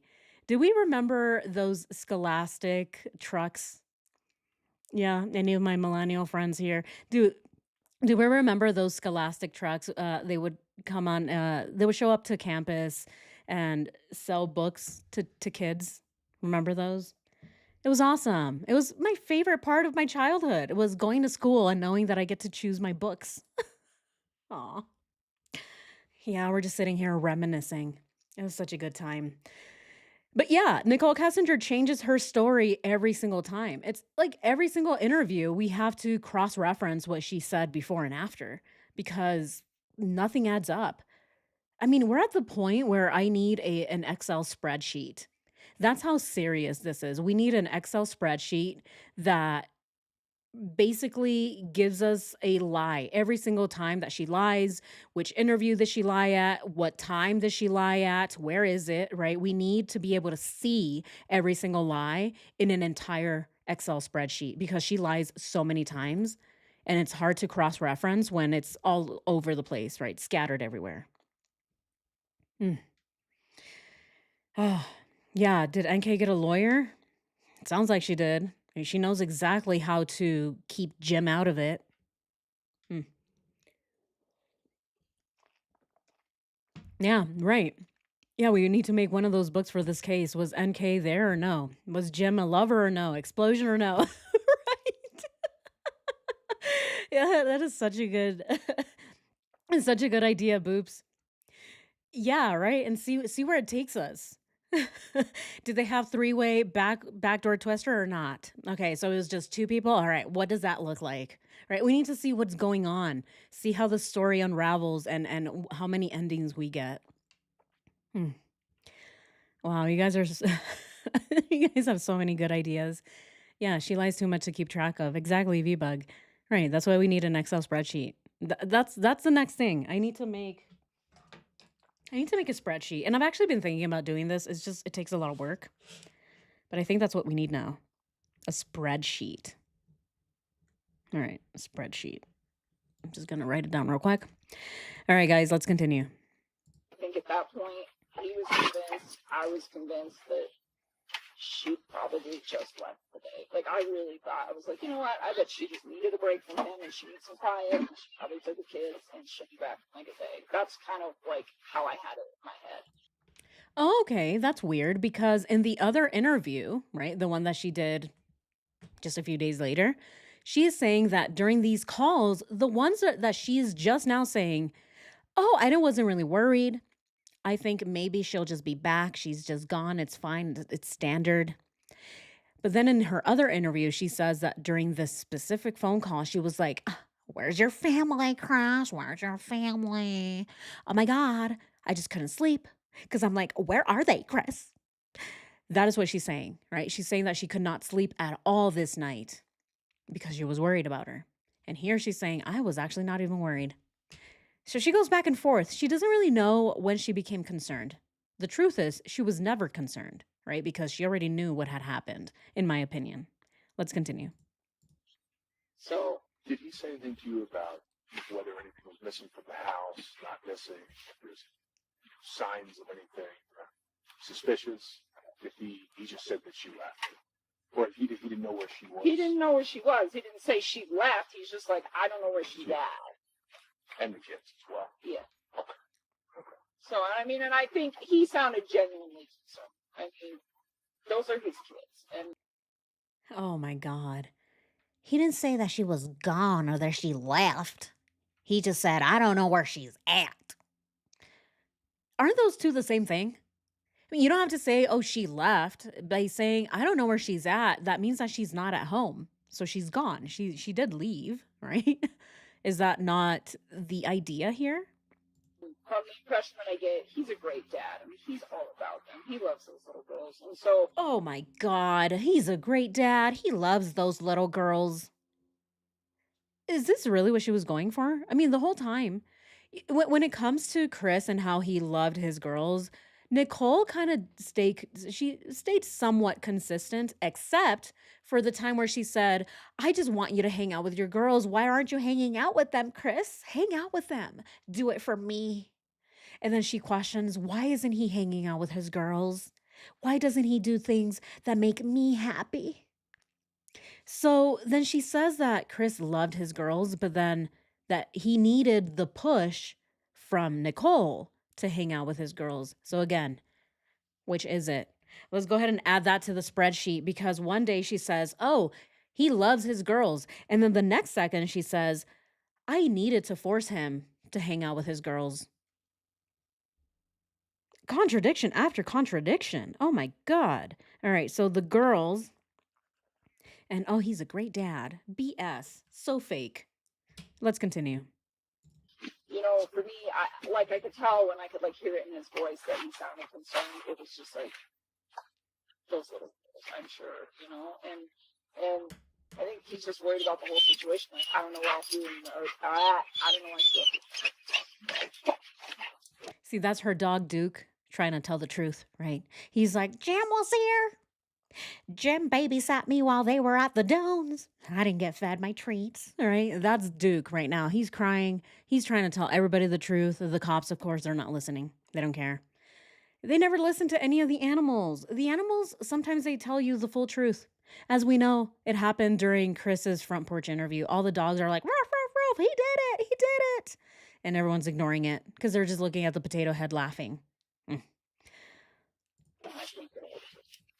And then since on Monday, have it been? Jay writing, her voice is hurting the dog's ears. Yeah, that's probably it too, right? The dog is like, what is this whistle I'm hearing? No, it's just his owner's voice, right? He's hearing just very loudly. It's vibrating his eardrum. Poor dog. I feel so bad for him. With an owner like her, who needs enemies, right? Have you spoke to him on the phone, or has it just been text messages or both? I think I did not talk to him on the phone. So what was yesterday? You wait. I'm sorry. You did? Bullshit. That's a lie. Wrong answer, Nicole. Ding, ding, ding, ding. That's wrong. All right, let's go ahead and pull up her phone records. She lied. She said, I didn't talk to him yesterday. Yes, you did. Yes, you did. Where are these phone records? Oh man. See, this is what happens when you restart your phone or sorry, your computer, everything goes away. Okay, here's some of them. Let's go ahead and look, right? She just said, I didn't talk to him yesterday. Yeah, she did. Right? This is August 15th. Her phone logs are from August 14th. Look at that. She called him early in the morning while her, Chris, and the police were playing three-way, not twister, okay, phone tag, okay, three-way phone tag. As you can see here, there's a call at 1, at 1:51, at 2:06, and then at 2:07 a.m. And that is because Chris was also trying to talk to the police at the same time. So she did talk to him on the phone. But Nicole will say, oh no, I didn't think it was Tuesday because I wasn't asleep yet. I still thought it was Monday. So that's why she then backtracks and says, "Oh, I didn't know. I considered it Monday because I was still not sleeping. If I don't close my eyes, it's still Monday," is what she says. So maybe, right? Let's go ahead and give her the benefit of the doubt. She says, "I didn't talk to him yesterday, but it could be that she just didn't know because she didn't close her eyes. She didn't go Mimi's that night." Okay. Sure. Let's go ahead and give her the benefit of the doubt. We texted each other yesterday, but there was no like phone conversation yesterday. Okay. But Monday he was on the phone? Yeah, at night, like at the end of the night, I talked to him. I just remember being like really tired and I wanted to go to bed, but I was just like trying to make sure he was okay, trying to make sure. Okay, now she's saying, yeah, I talked to him at night, like at the end of the night. But she's saying that she was super tired. She was just trying to go to bed. But at the same time, she was just trying to make sure that he was okay because, oh, his family is gone. He doesn't know where they're at. Okay. But then later she says, oh, I was so worried that night. I did talk to him on the phone and I was asking him, where's your family, Chris? Where's your family? Okay. Again, which one is it? Which one is it? Is she asleep? Is she annoyed with him? And he's like, hey, she's like, hey, can you please stop talking to me? I don't care that your girl's sheets smell right now. I'm just trying to go to bed. I have to work. Or is it the opposite? Oh, I'm so worried. I'm up on the phone with him. I'm asking him, hey, where the hell's your family, Chris? What do you mean the sheets smell? Why do they smell, Chris? Where's your family, Chris? Which is it? It can't be both. His family's okay, asking him like, if you heard anything. Long conversation. Sure. I think we talked twice. Like I think we talked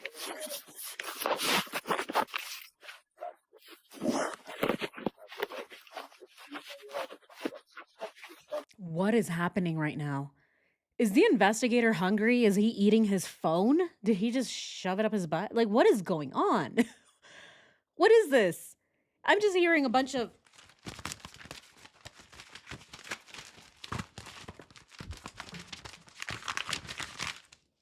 What is that? I can't hear anything. You guys, can you hear? I can't hear anything. so much. Like I honestly, I keep track of all of it. But it was probably pretty extended. I mean, Did anything jump out at you in that conversation that was different, or that was odd? Did he say anything to you about anything, you and him? Like anything had changed, or anything was different now, or nothing not at at all? all. Not at all. Okay, so just seemed concerned and just Yeah, like just he was worried. Not at all. He was worried. When she answers the questions this way, when she goes I get the feeling that she's lying. Again, that's just the feeling I get. You know, I mean, I was worried too. I just didn't. I thought she just left her day. That's really what I thought. And then again, like yesterday when she just like didn't come home, I was like, oh, maybe this is like something really serious. And Oh, maybe this is something really serious. It's pretty standard that my friends go missing for years and years on end. But this might be serious, isn't it? And she's saying that for her, it was serious not on Monday night, how she claims later on. She's saying that it became serious on August 14th, right? So yesterday is what she's saying. I don't know. Yesterday, after it had been more than 24 hours, that's when I started to think, oh, maybe this is more serious. But she claims that before that, it wasn't, right? To her, she's like, oh, maybe she just left. It's fine. Let her go. Let her fucking go. She'll be back. She's at the grocery store. Don't you know? Yeah, they have a nightclub at King Supers that stays open till 5 in the morning. Yeah. Huh? What? So is she worried or is she not worried? Which one is it? And again, I mean, like with my friends, it wouldn't be something that would draw attention if I didn't talk to them immediately. And I knew that they were going through separation, so the fact that one person is leaving for maybe a day, that doesn't seem out of the ordinary for me, just somebody who wants to. The fact that all of her stuff was still there, though, that seems kind of strange. Okay.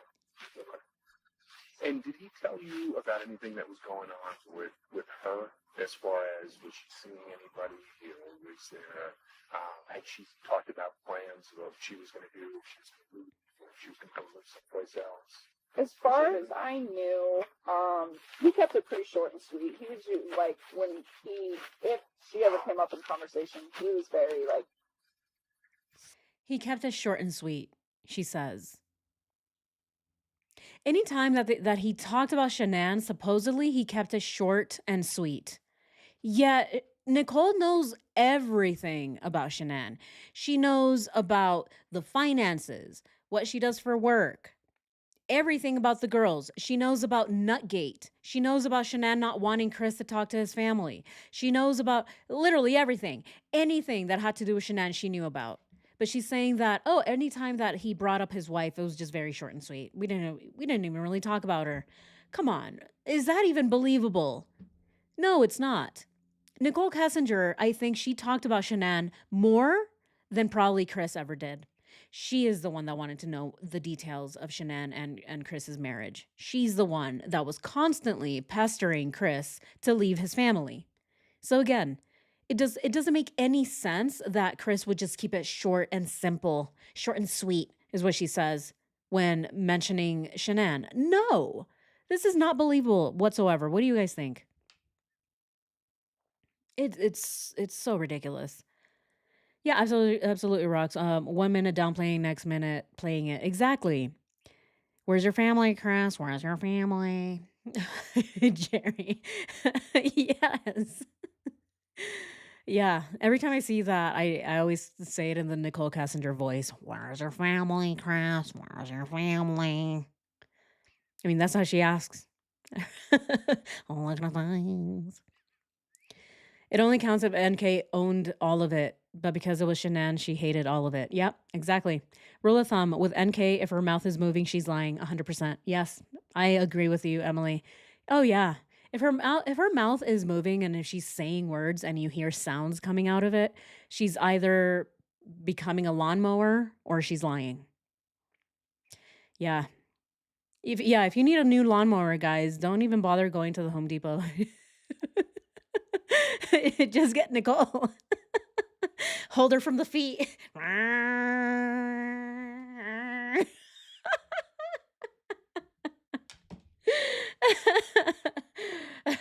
Oh, she'll mow the lawn real good. All right, guys, let's continue. Civil about her. Like, he never had anything, like, negative or derogatory to say about her. He just told me, we're separating, this is why, and that was about it. And then when... Did he say why? Did he say what his reason was? Reason was for separating? He just said that they, really didn't connect very well anymore. And, I don't know. I think financially they had, different ideas of how they wanted to live their lives. So, I mean... Wow. And then she says, financially, I think they had different ideas of how they want to live their life. Yeah, I agree with that statement. Yeah, financially, Shanann wanted to live her life and have a home, a really nice job, something that she can be proud of, something that she can grow herself, right? Even though I know, right? I know MLMs are evil. It was all a scam. We get it, right? But her goals were different, right? Her goals were around the family. What can we do for our kids? Chris's ideas of finances were very different. His were, oh, how much money can we spend at the sand dunes? Oh, yeah, I need my money not for my children, not for my family. I want my money so that we can go to Bandimere Speedway. Yeah, let's save that money so that we can go to the Ford Shelby Museum. Yeah, let's save all this money. I don't want to spend it on my children anymore because I want to spend it on the fucking sand dunes. Yay! Yeah, let's go rolling down the dunes. Let's spend all the money on the lazy dog. Yeah, that was Chris's idea of his finances. He wanted to spend his money like he was living a single bachelor life yet again. That is what he wanted. He wanted to spend his money on his girlfriend, not on his two daughters, his newborn son, and his wife that he didn't like anymore. That was his idea of finances. Yeah, I don't want to spend the money on people that I don't like anymore. That was it. There's really not that big of a difference when it comes to the finances, other than one of them wanted to spend it on his mistress, and Shanann wanted to spend it on her family. But he never, I mean, just wasn't like negative about her, you know, and it was something that was pretty removed from our what we had going on. So, you know, and I know she was a good mom, so she was a good mom. But no, I mean, I think Did he ever say that he wasn't in love with her anymore, or anything like that? No. Okay. Was he in love with you? Did he tell you? He was. Yeah, no, let's see. Were you in love with him? I think it could have gotten there. Huh? Holy shit! She was just asked, did he love you? And I can't hear anything because the detective is going like this.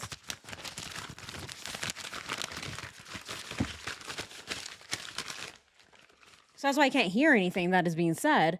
But I think she said no. And then when she was asked, well, do you love him? She goes, mm-mm. I think it could have gotten there, though. Let's go ahead and listen to that again.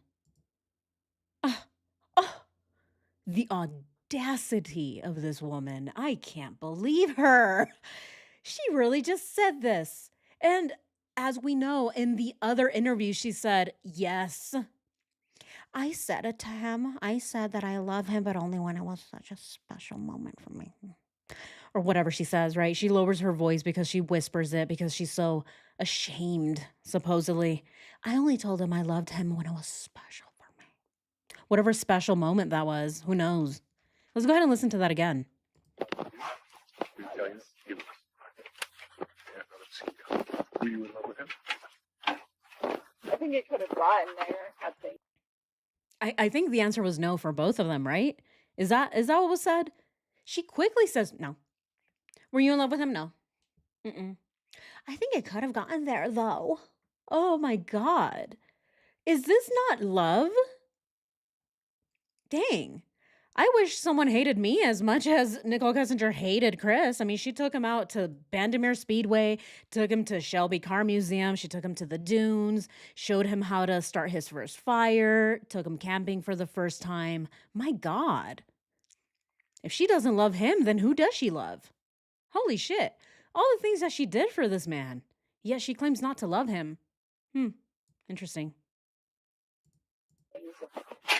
Played out like in a decent manner, but they're not, because this is a horrible situation and I don't know where she's at, and it's really concerning me that this woman and her children cannot be located.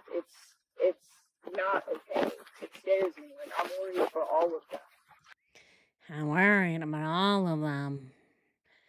I think that if it was a different situation, I would have fallen in love with him, but you know, this is such a terrible and devastating situation. Where is this woman and her children? I'm so worried. Can you see the concern on my face, officer? I'm worried. She said it in such a monotone voice. She's so devastated, she says, but she says it like this. I'm devastated. Yeah, and we are too, and obviously we're to the bottom of this.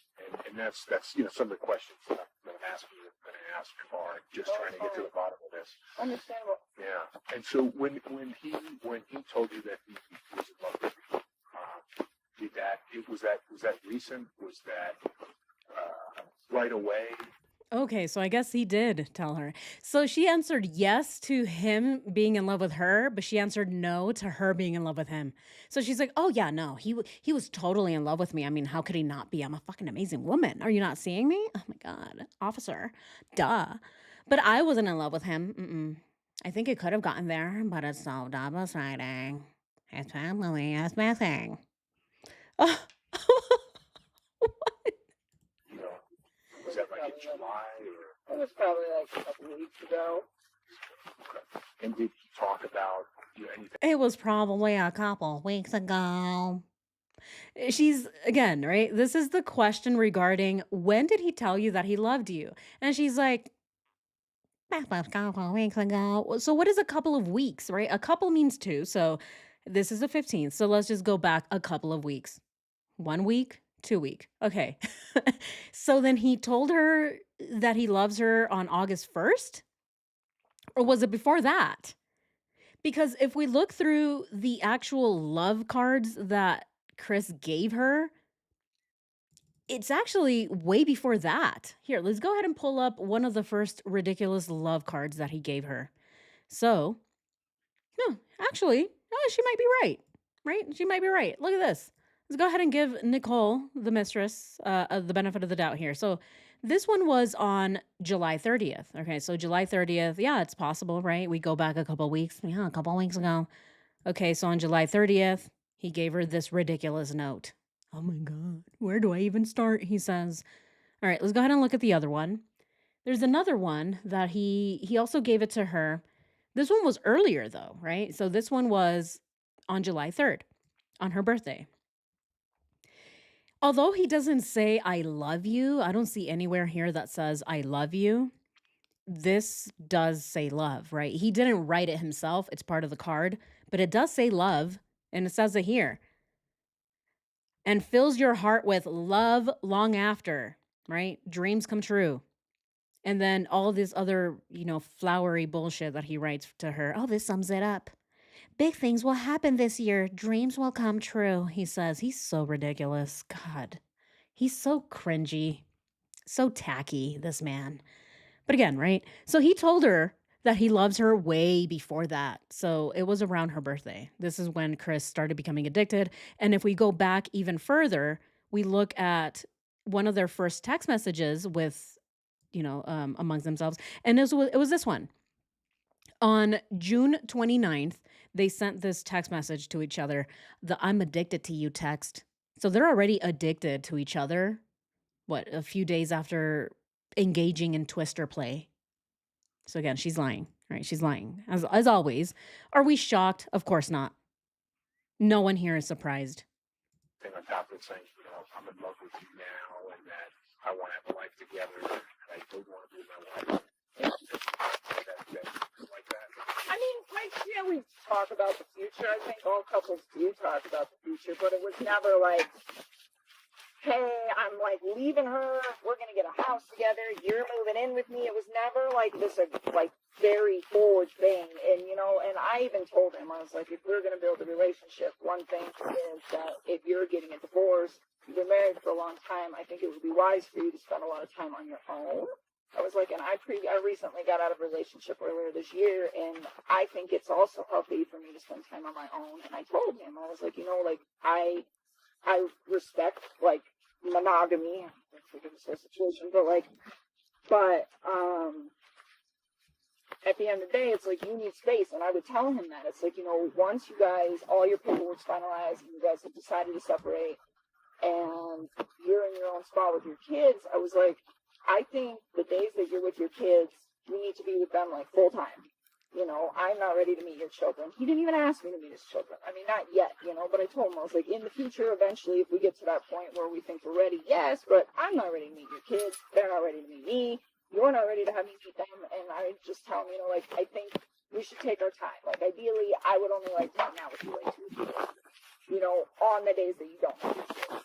And I was like, in the rest of those days, I was like, spend time with yourself, man. I was like, you've been in a relationship for a really long time. Like, just spend time, like, doing whatever it is that you do that makes you happy, and really try to, like, take a responsible approach getting in a relationship with someone actually. Oh my God. Holy shit. I respect monogamy. Exactly, Tommy's girl. What? Yeah, little acorn, she just said it herself. Holy shit. Yeah, what? This lady is a troll. She's trolling us at this point, right? She's trolling us. She's trolling the police. She's trolling as many people as she can troll. What in the world? Everything that she's saying is the complete opposite of what she did, right? I mean, holy moly. I don't even have to keep bringing up this freaking calendar, right? Because we already know this like the back of our hands. All right. I mean, come on. What about on this day? What about July 4th when Chris wanted to go home and he did? And Nichol Kessinger still showed up to his place and was like, hello, Chris. Remember me? I'm not anyone's second fiddle. You hear me? Right? She showed up to his house. She's let in, who knows from where, right? But she goes in. She is sitting with him there. She's helping him with his macros on his phone while he's making chicken and carrots. She followed him to his house because she couldn't stand that Chris was talking to Shanann on the phone and that he had to go home to talk to her. Yet over here, she's saying, oh, you know what? I just wanted him to spend time on his own. He's been in a relationship for so long, and so have I. And I just want to be very respectful, and I just want him to do it the right way. You know what I mean, sir, right? Really, everything says the complete opposite.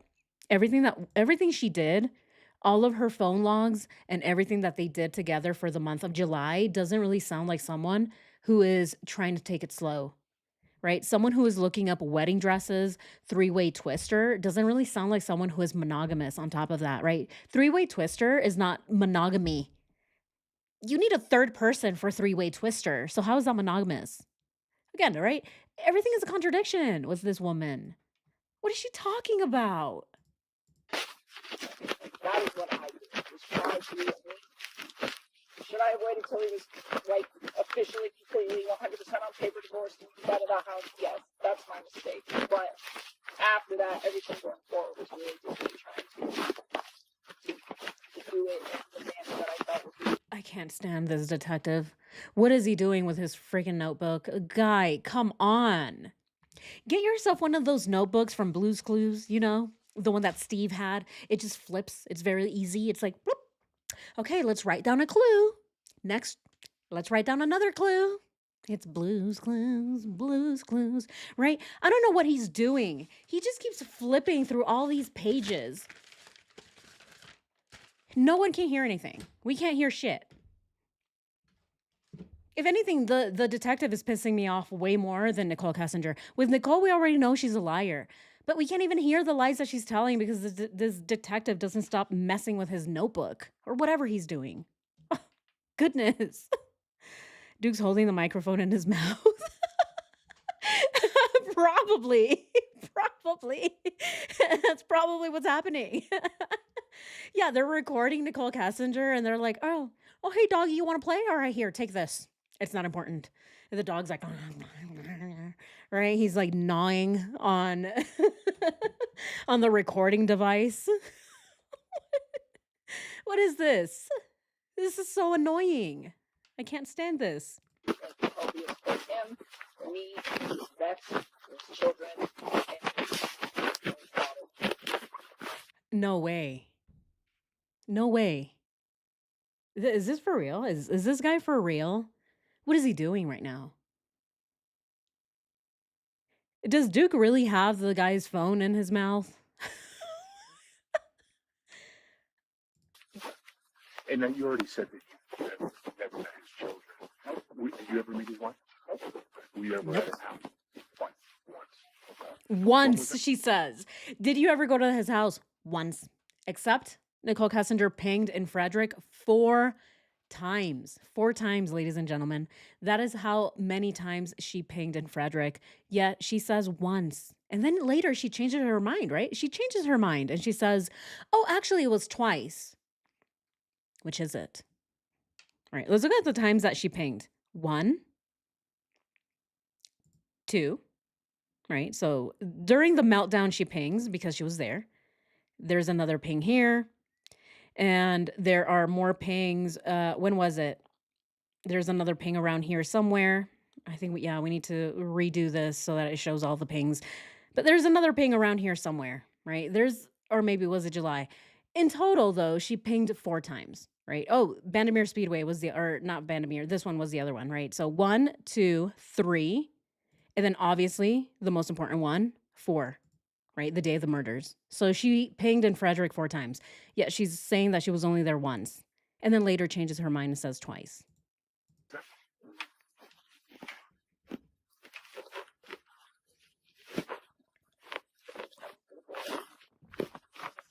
But it was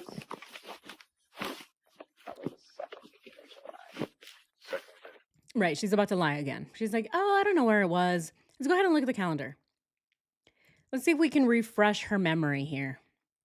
All right, Nicole. So you were at his house on July 4th. You were also at his house, it looks like, on July 11th when you pinged. You were also at his house on July 14th when you pinged to pick him up to take him to the Ford Museum. And then you also pinged right here on the 13th at 6:16 in the morning when you called Jim for 1 minute. 4 times. 4 times.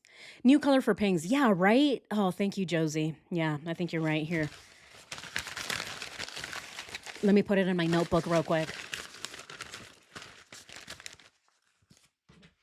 Yeah, I think we need a different color for pings. I think you're so right. Okay, ping is going to be a different color. Ping, different color. Okay. I hope I don't lose this since my notebook is all jacked up. Look at this. It's already destroyed. But it's fine. It's worth it. Hey, I'm recreating what this guy is doing, so it's worth it. Okay. It just annoys me. I can't stand to hear the like stop. Just hold your phone to her face and don't move it. Oh my God. Oh God. These cops are all such amateurs, aren't they? Is this how they do their job? This is not acceptable. So it's just that one time. Just once. I had no desire to go over there. I mean, that's like a situation where he's living with somebody that he's separated from. It's not my life. Like, that's their life, you know? And that's why I tell him, like, the time you spend with me, spend at my house because this is our space. And that's not my space. And for me, I think it's really disrespectful to go over there. And so we stopped by there once, like, on the way to my house. And I was there for maybe, like, 15 minutes. No. Wrong answer. I mean, it's true that she did stop by his house one time for maybe 15 minutes. And I believe that this was on July 14th when she was picking him up to take him to the museum, right? But she's saying, oh, we stopped there before going to my house. So when was that? Again, right? All lies. These are all lies because she was there on July 4th and she wasn't just stopping by. No, she went there to visit him. This was the time that she saw the actual house. She was given a tour. And again, right, the story changes every time with Nichol Kessinger. At first, she said that Dieter took her upstairs.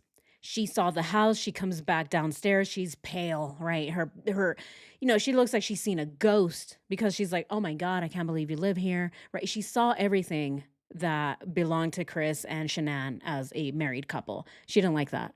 But then Chris says something else. When he's interviewed by the investigators, he says, oh yeah, she came over. I took her upstairs. She was kind of walking around and then she just didn't like what she saw.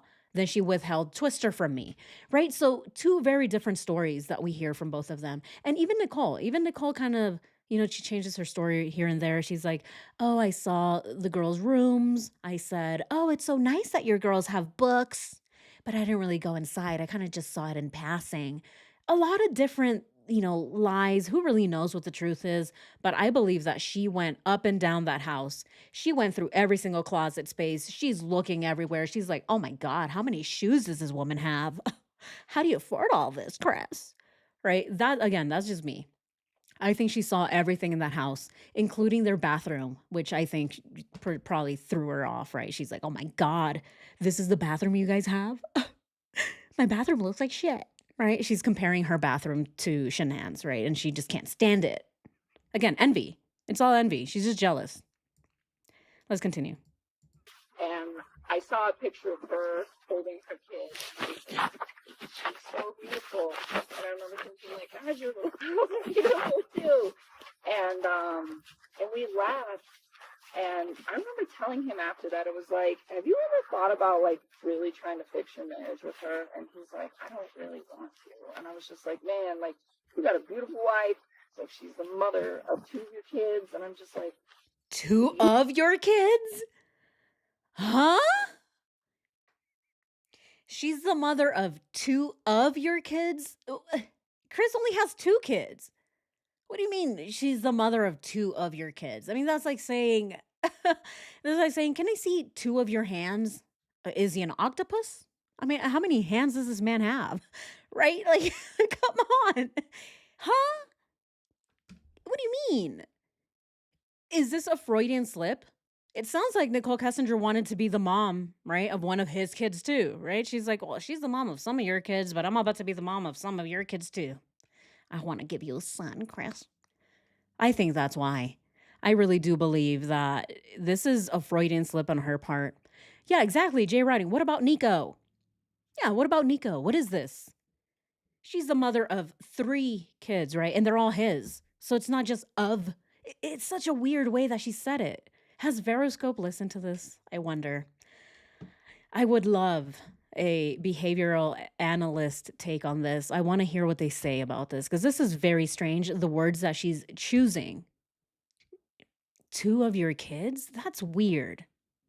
you already have all of this stuff. Like, you already have the house and the car and the kids and the marriage and the wife. And I'm like, are you sure you don't want to fix that? I'm like, because what if you, like, try to start over with somebody else? And, like, what if, hypothetically, like, we didn't work out? Or Yeah. Hypothetically, what if we didn't work out? Oh my God. or you know what I'm saying? Or, like, just any of that, where it's like, you should at least give her the benefit of the doubt. Oh, look at what she's saying here. Tommy's girl, 2 of your kids? Oh, that means that she knew about Nico and Chris had already spun the lie about Nico not being his. That's what I thought too, right? That's what I thought too. Does she mean this as in, wait, he did? Oh, sorry. I'm getting so distracted right now. I saw the Veroscope. So Veroscope did this one already? Oh, we need to hear that one. We need to hear his take. Okay, so I thought this too, right? I thought that maybe she's saying 2 of your kids because she's already trying to throw in there, right? Sprinkle in that maybe Nico is not his son.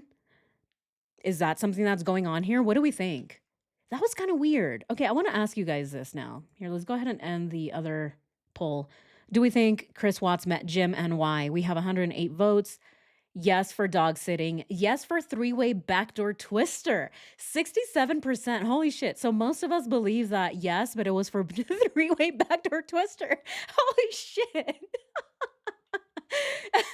And then 8% yes for collecting crystals. And then 6% no, they never met. Okay. Hey, I like this one. I love to hear what you guys think. So yeah, thank you so much for voting. And we still think it was for backdoor twister, right? This is coming from the monogamous woman. Oh, I'm so monogamous. But let me invite my friend for a twister. Oh my God. Okay.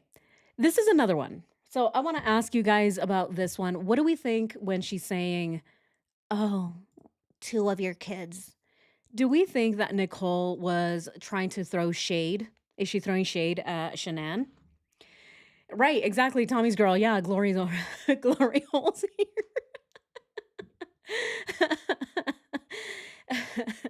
Glory hole 1, and then there's glory hole 2, right? There's so many different YouTube channels called Glory Hole. Glory Hole A through Z. Okay, what do we think about this part? Nichol Kessinger is saying the 2 children. Okay. Why does NK say 2 of your kids? Okay. Oh, put it in the wrong place. Sorry, guys. Here, let me put this in the right one. Okay. So, Shade, right, is a shade. So trying to throw shade at Shanann, saying, hey, this is another man's kid. Or is it a Freudian slip? Is this because Nichol is saying, oh, I want to be a mom to one of your kids too? Okay, so this is a Freudian slip. She wants to be the mom.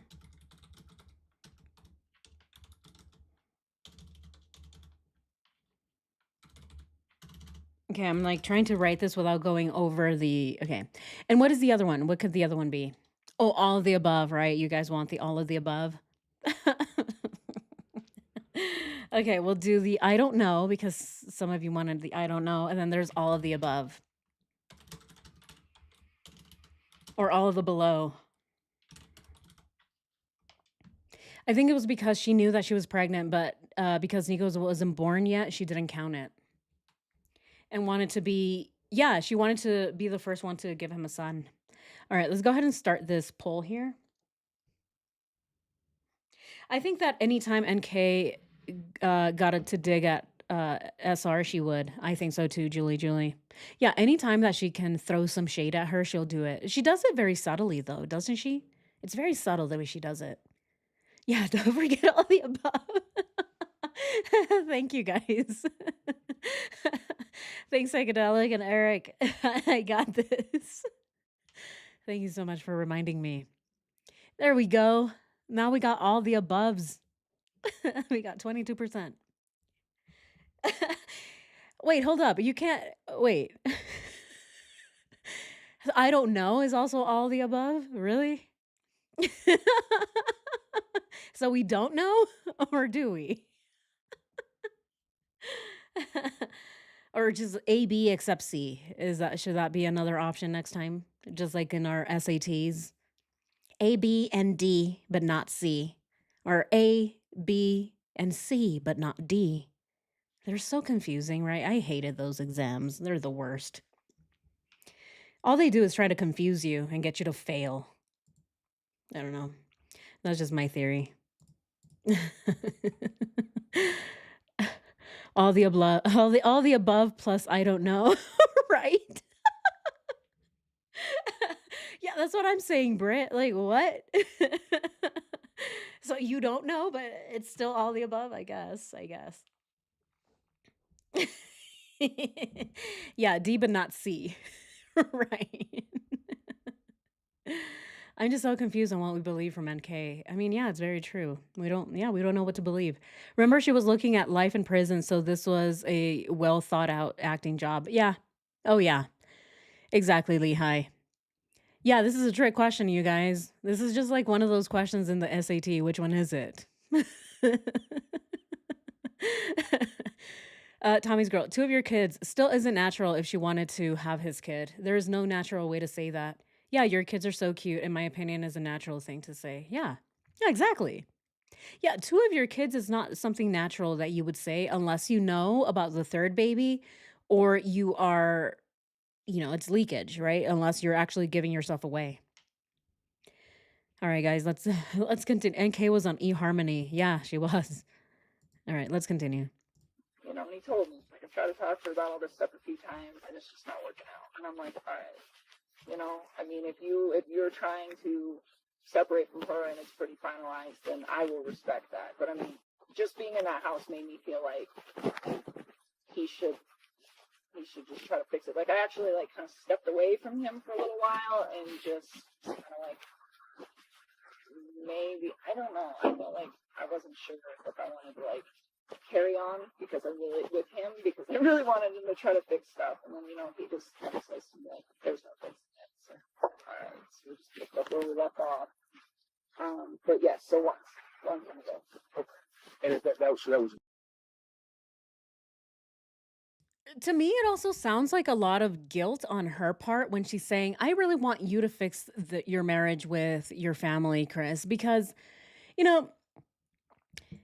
if you're married and you have a house and you have a wife and you have kids, just because you have these things doesn't mean that you should work on your marriage, right? If your marriage is If it really genuinely is something that you can't fix, you shouldn't just stay in a marriage where you're unhappy only because you have things, right?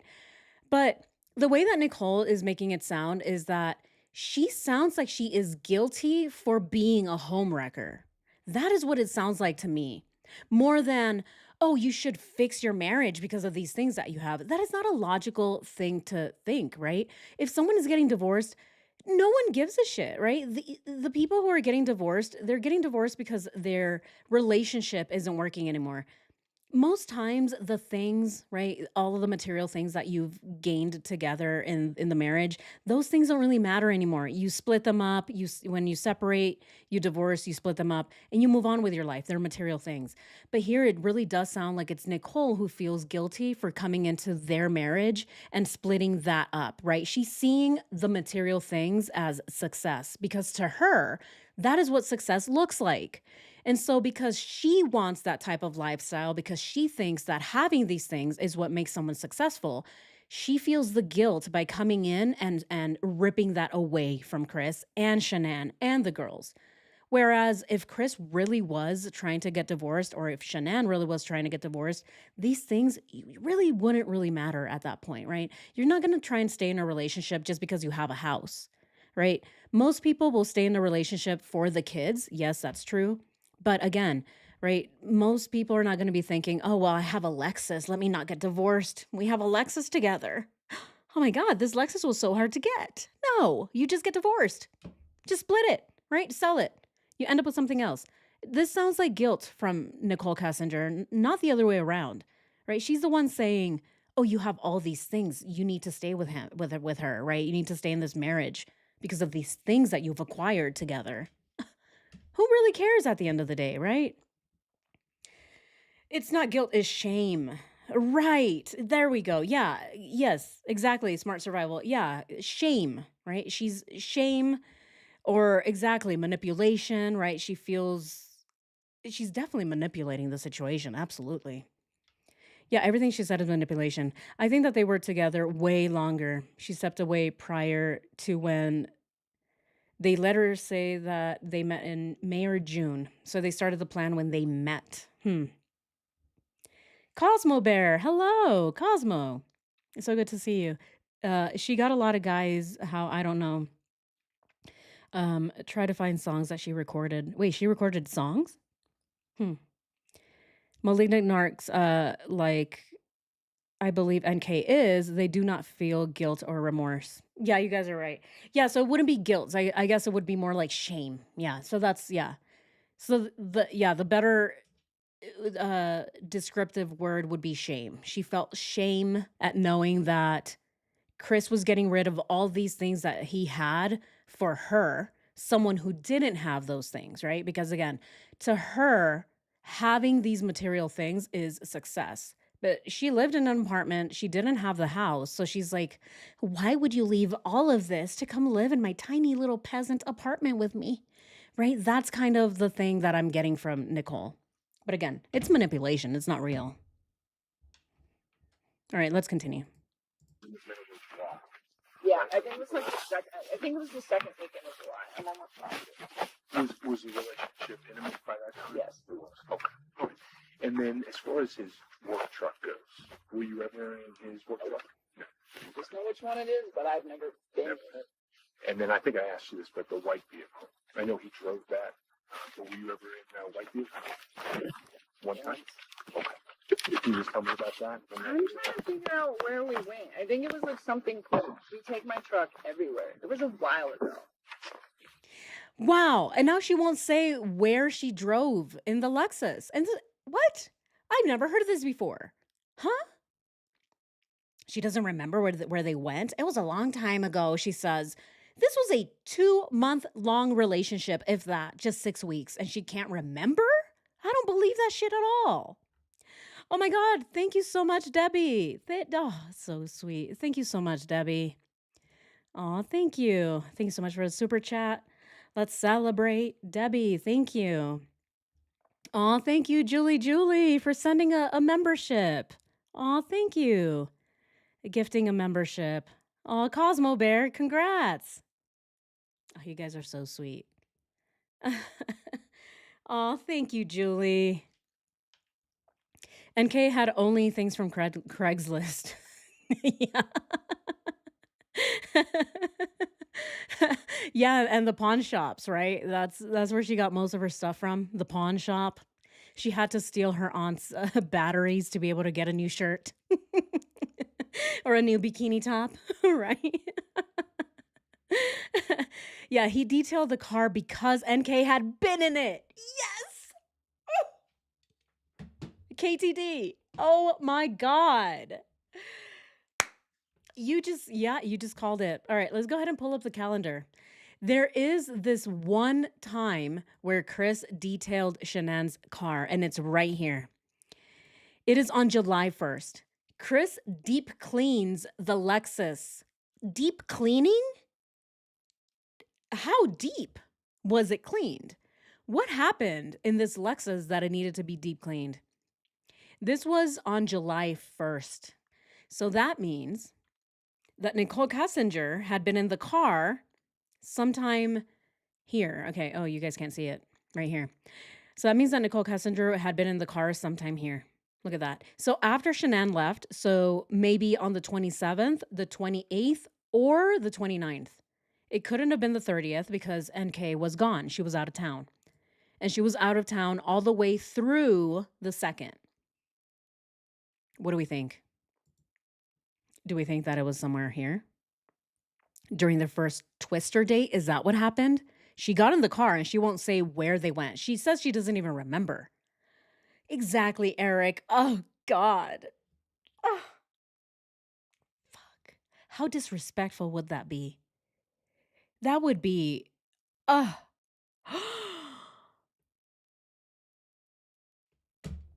No way, guys. Really? Do we really think that's what happened? Holy moly. I mean, look at this, right? Role playing text. NK and Chris Watts' first Twister date. Where did this happen? Where he's having to deep clean a car and Nicole doesn't remember where they went. Okay, let's go ahead and listen to that again, and then I'm going to ask you guys what we think happened in that car. If you just tell me about that. I'm trying to figure out where we went. I think it was like something quick. We take my truck everywhere. It was a while ago. I don't remember where it was at. Yeah, she just says, I don't remember. I think it was something quick. Like, I think he had to, like, run an errand or something at, like, the grocery store. This was just, like, his vehicle. But other than that, like, never. I was always in my truck. Other than that, never. We were always in my truck. Okay, what happened? It was an errand, she says. Maybe he had to run an errand at the grocery store. Why was she in the car? Huh? What is going on here? Yeah, she wanted to leave her mark. Oh. Oh, no. Skid marks, maybe. Oh, my God. No. Okay, this is the next question to you guys. Okay, so let's go ahead and end our previous poll. We got 75 votes. Why does NK say 2 of your kids? 56% think that she's throwing shade at Shanann. Okay, so it's another man's kid. Wow. Okay. 24% think that it's a Freudian slip, that she wants to be the mom, right? I don't know is 5%. And then all the above. So I don't know, but it's also she's throwing shade. Okay. Hey, I loved it. I loved it. You guys wanted all the above, so then I gave it to you, and now it ends up being a trick question. So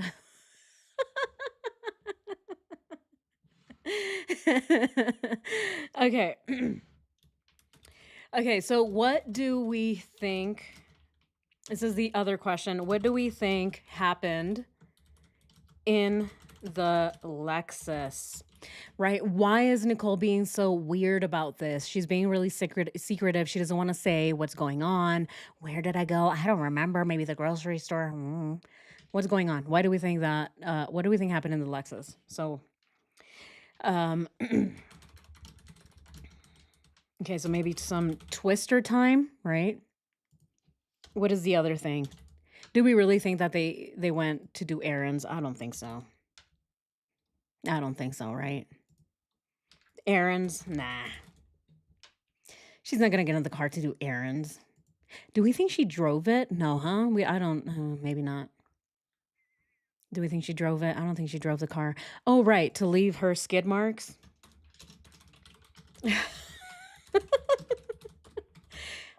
Leave her skid marks. So that's why Chris is like, oh, I definitely have to wash this, right? It's probably not the sheets that were smelly. It was probably the seat that she was sitting on that was smelly. Okay, and then all of the above.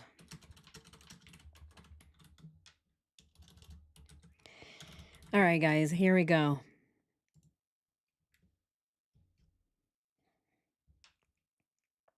I think he picked her up somewhere. Okay, what do we think happened in the Lexus? Vroom, vroom, twister. Vroom, vroom, vroom. Right? Errands to leave her skid and all of the above. Yes. Yeah, what do we think? Aw. Oh, Cosmo. Aw, you're so sweet. Who sent me the membership? I want to thank them personally. I missed who sent it. I think it was Julie Julie. It was Julie Julie. Thank you so much, Julie Julie. I hope she can't even go through a drive-through restaurant. I hope. Yeah. She can't even go through a Burger King without getting noticed, right? Without getting recognized. Oh, jeez. Yeah, KY states.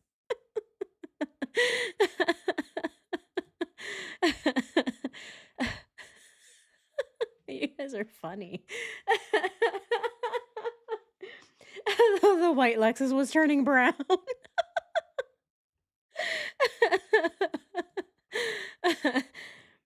Right. It's all different colors. Chris is like, what happened? I thought this car was a different color. So that's why he starts bleaching it as soon as he gets home. It had a distinct tuna smell. Yes. Was it some smoked salmon, maybe? Some sardines, right? Somebody's left a can of sardines open over the weekend. Oh, man. Yeah, what is going on? Tommy's girl, that's an interesting one, right? They smoked. Huh, maybe. Hey, I never even thought of that. Maybe. That's actually a really good guess there. A really good thought. I don't know, right? They smoked some tuna, maybe? Right? Some smoked tuna. Is that what you mean? Some smoked salmon?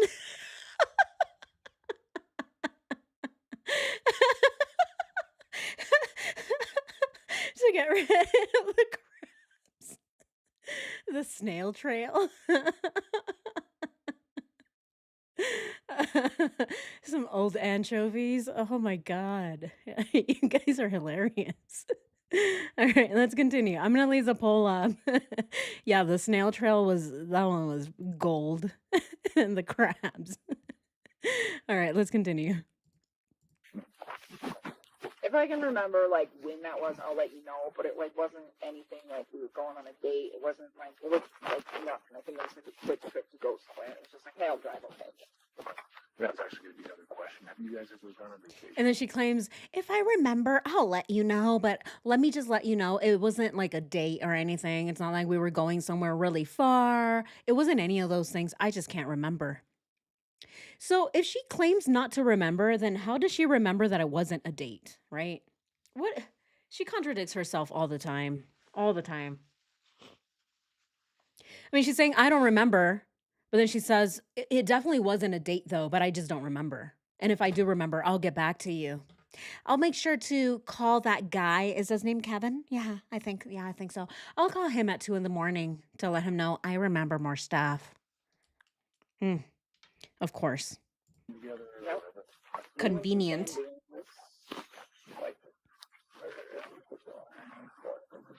It was pretty recent. A couple weeks ago.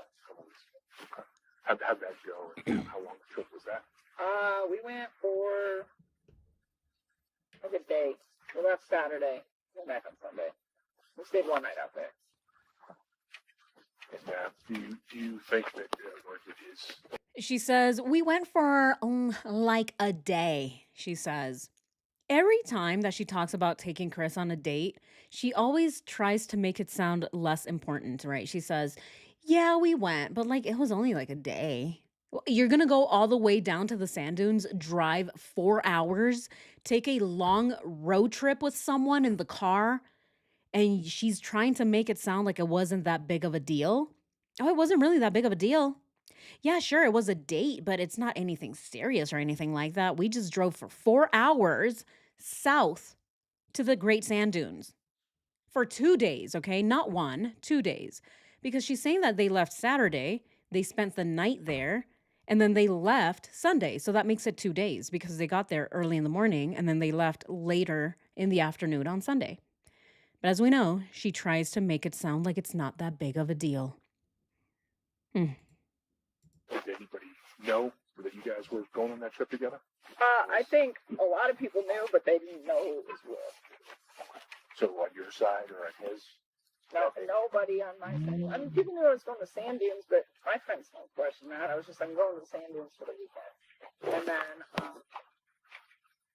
I'm pretty sure, I asked him, I was like, does anybody know you're going to sand dunes? And he said yes. But I don't think he told me it was with me. I think he told me it was with some other people. Oh, So, God. So you're pretty confident that he didn't mention you? I don't think anybody in his life knows about me. I really don't. Like, I don't think anyone in her life knows about me. I really don't. Yeah. I don't think anyone in Chris's life knew about her except for Ronnie, right? Ronnie is the only one that knew about Nichol Kessinger. No one else knew, but her friends did know, right? But she won't say that. She will never admit to that. oh, like I'd be willing to like say like 100%. I highly doubt anybody knows. I just don't see it. What about social media? I don't have it. You don't have any social I media? have nothing. So there was no interaction like Facebook Messenger? Nope.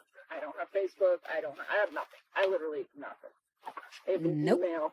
I use it for like general purposes, but we never even emailed. I don't have any social media. Oh, wow. She says we never even emailed, even though that was their first ever communication and it has been logged and it's in the discovery and everyone knows about it.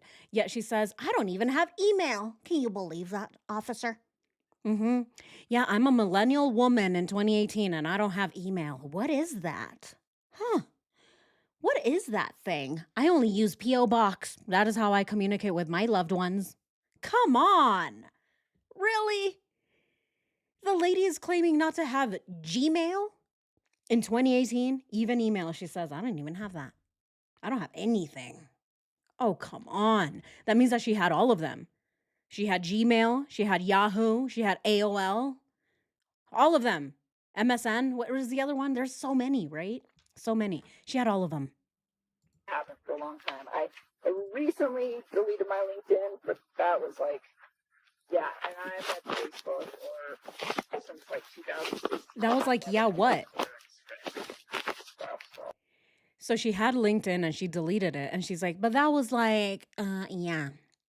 I did have Facebook, but I deleted it. And I also had Twitter, but I deleted it. So she did have them. And now she's saying she deleted them. So she had all of them. So yeah, exactly. Bingo. Julie. At the end of the day, she had all of them, but she deleted them. And remember, she wrote to whomever, right? She wrote an email to get her Facebook completely erased from the internet. What about mail? Any type of letters, written communications? I think we figured right here about letters or anything saying. I got a card from him. Card? Okay. Anything in that is different, stands out? I mean, it was like kind of sappy, but it was not like anything out of the ordinary for people that are dating. It was a birthday card. And then I know he was going to the gym and stuff, but he got into working out. He was working out of his house. His basement. He worked out. The mosquitoes are bad. I'm sorry, I got hit here too, so. He was a dang. So we'll both get bit up a little bit. He was a dang. What is that? She became a sheep here in just like 2 seconds, right? She transformed She's one of those. What was that book? Anamorphosis or something? We were talking about books earlier. It's also one of the books that I enjoyed getting as a child. It's when the teenagers were turning some into some type of animal, right? What is that? What is that book called? She turned into a sheep. She goes, "Bah." He was a dang. Right? She became an animal all of a sudden. What is this? Yeah, she did. She sounded like a goat. Okay, what is anam? God, what is it called? Anamorph? Man, I need to find this. Otherwise, it's going to just Animorphs. Yes, Animorphs. Do we remember Animorphs, you guys? Is it just me? Here, I need to show you all. This is it, all right? Look at this guy turns into a horse. What the fuck? These books were wild. Look at this guy. What? He's like a fish of some sort, or she's a fish of some sort. This guy turns into a horse. Oh, look, this guy's a. Oh my god! Some people turn into kitties. Yeah, is there one of Nichol Kessinger here turning into a goat or whatever she was, a sheep? You remember these books? These were interesting. They kind of scared me sometimes. I'm like, what is this? What kind of book is this? I don't want to turn into a horse. Imagine.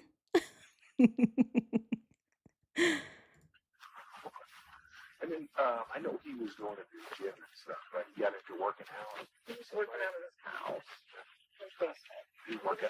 He doesn't bad. I'm sorry, I got hit here too, so so we're both getting fit up a little bit. So I obviously you work out. Okay. So you guys work out. Wow.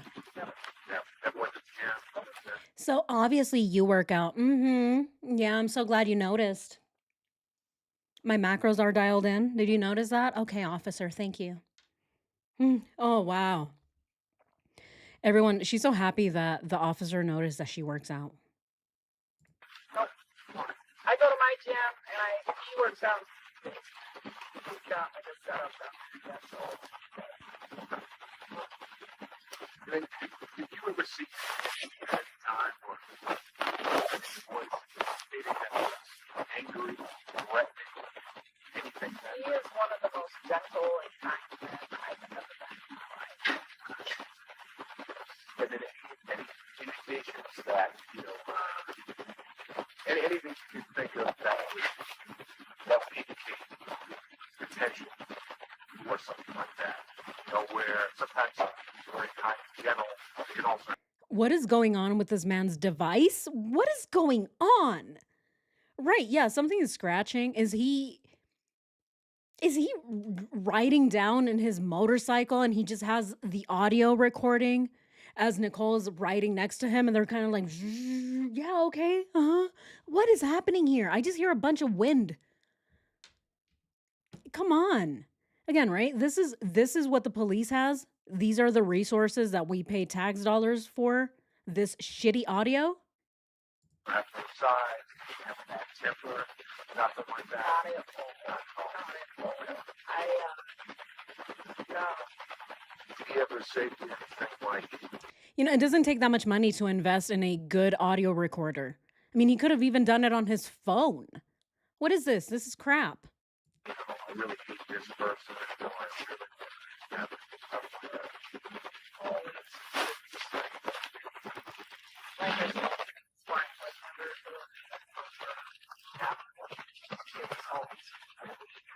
and he's so excited to talk about his kids. I always make him so happy. It's cute. I can't stand this anymore.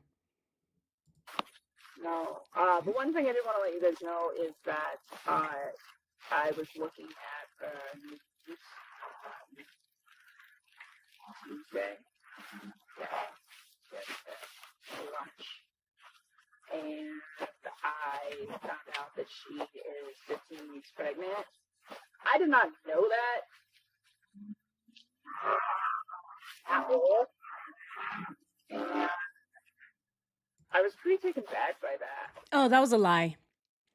That was a straight lie. Even the way she said it was just so obvious that it's a lie. She says, I didn't know that she was 15 weeks pregnant. I didn't know that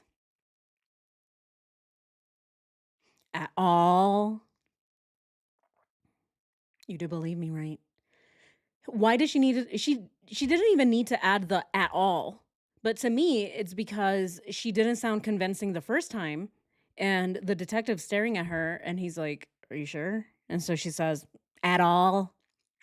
It's kind of like an additional thing, right? That she needs to do so that she sounds more convincing with her lies. Lunch. And I found out that she is 15 weeks pregnant. I did not know that at all. At all. I did not know that. At all. She knew. Because she read it exactly. She read it in the newspaper. Yeah. I read it in the newspaper. Yeah, she read everything about this case in the newspaper. Yet she says, I didn't know that she was pregnant. At all. And I was pretty taken back by that. I just felt kind of like disappointed with him and not with the situation. I mean, if she's pregnant, that's a beautiful thing. But that is information that she definitely withheld from me. So I had to find that out through the media. And I asked him about it yesterday. That's a beautiful thing, is what she says. I was disappointed with him. Not with the situation, though. No, not with the situation. Being pregnant is such a beautiful thing. I was just disappointed with him. He lied to me. Oh, he lied to me, detective. The way that she portrays herself, she is a saint, isn't she? She's an angel. And he kept telling me, he's like, it's not mine, it's not mine. And he just kept telling me it wasn't his. And he's like, you mad? I was like, no, I'm not mad at all. I just am like really surprised. And I was just like, please tell me the truth. Like, don't lie to me. Please don't lie to me. Like, this whole relationship, in a sense, if you think about it, it's kind of like, it needs to be as honest as possible. So, yeah, I asked him to tell me the truth, and he kept denying it a few times, and I was just like, Chris, like, I know this child is yours, and I'm like, and well, because he kept saying, he was just like, I don't want to ruin anything we have, this and this, and I'm like, Chris, like, you need to not worry about me right now. Like, what you need to worry about is your family. I'm like, all four of them, and I kept saying that, like, all four of them. I'm just like, I know that's your child. I'm like, and that's okay. I'm like, you need to put all of your energy right now into focusing on owning them and not anywhere else. You know, and then he finally came clean and he was like, yeah, it's mine. And I knew. It's like, of course you knew. Like, you know, come on, how would you not know that your wife is like, what is it, 15 weeks, 4 months pregnant? I mean, seriously. So he told me, and I just, I don't know. I've never I have never felt like he's lied to me. I've always felt like he's been pretty upfront with me this entire time. And then after that happened yesterday, between him lying to me, or coming clean about lying to me, and then his wife not coming home, I was like, you know what? I wonder if there's more to this story than I know, you know? And it's really hard for me to process this because I think he's a really good guy. And, you know, I'm worried about his wife and kids. Like, really worried about his wife and kids. Like, I don't know where they are. You don't know where they are. Nobody knows where they're at. And it's just freaking me out because those little girls are like, they're so little.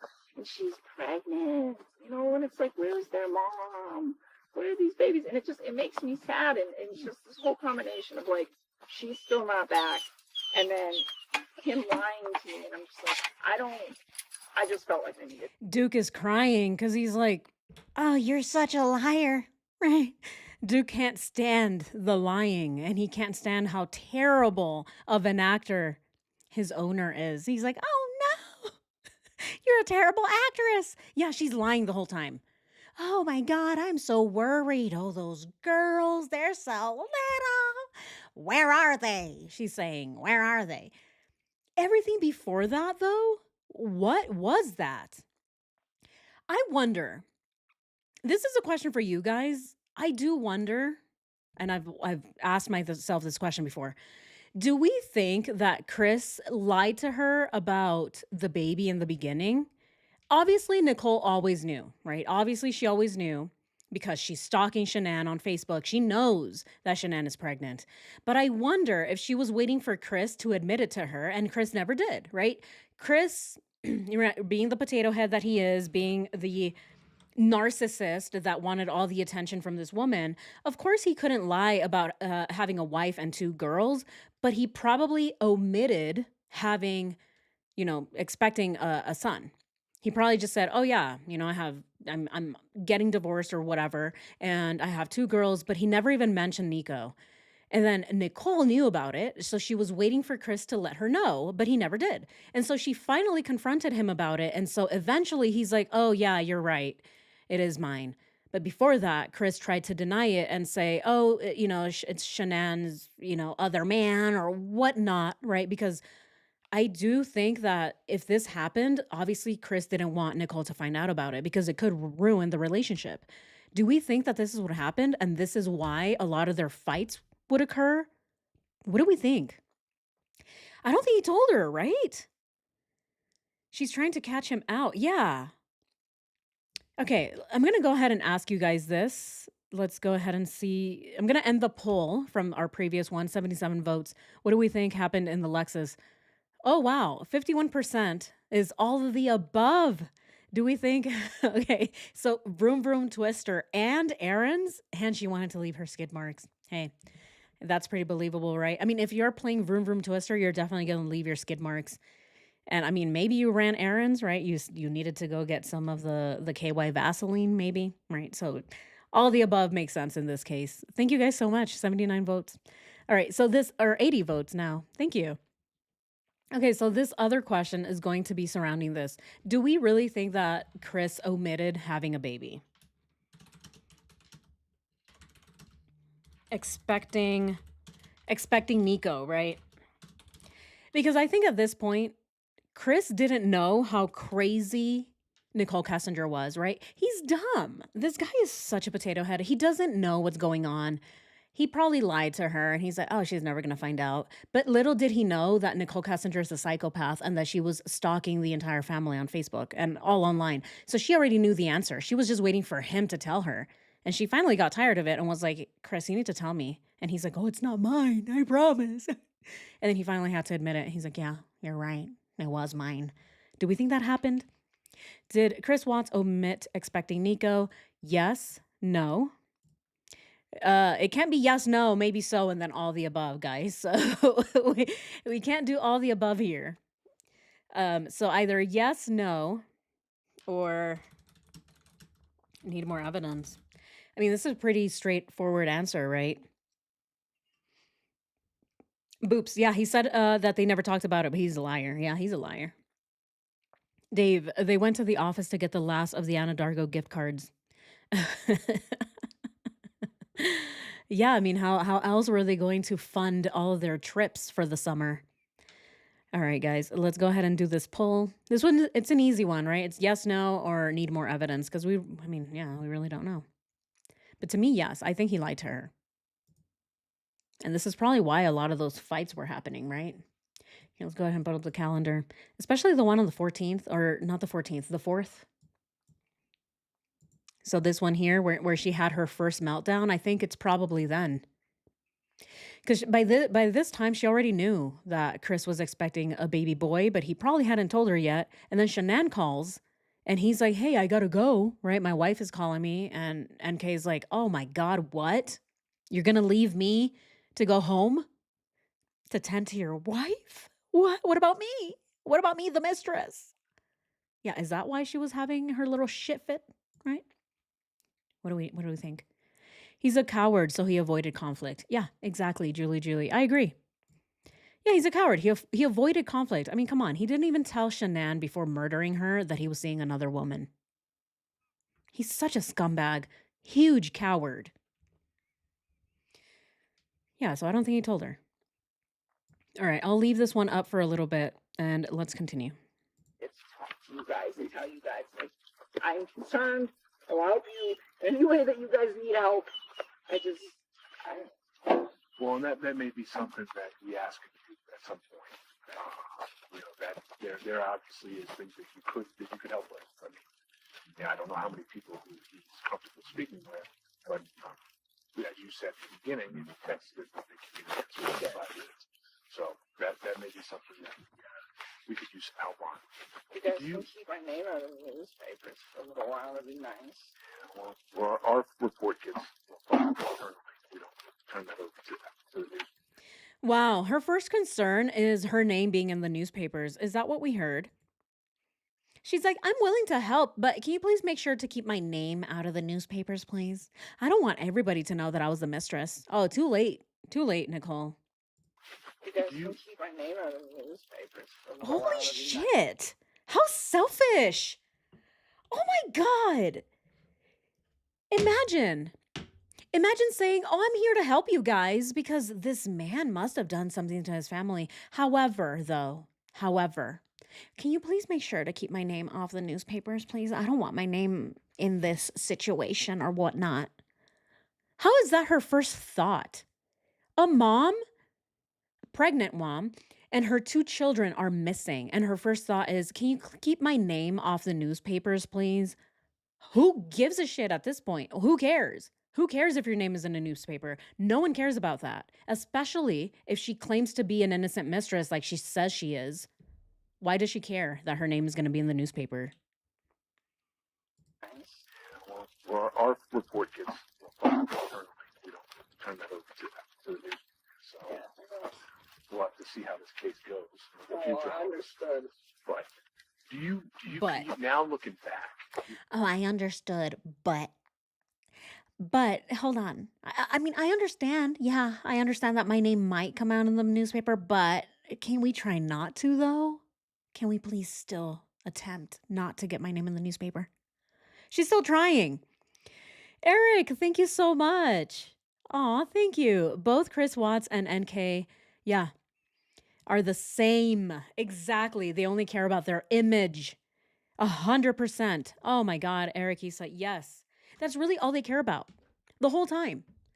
Nichol Kessinger, she only cared about her image. That's all she ever asked about. That is why she asked her friend Charlotte and Gino and everyone, Danielle, who's the other one, Jim, probably, right? All of her friends asked all of them to delete her name and her face from all social media. She even wrote emails to get rid of her Facebook. She even got rid of her LinkedIn, she says. She even got rid of Twitter.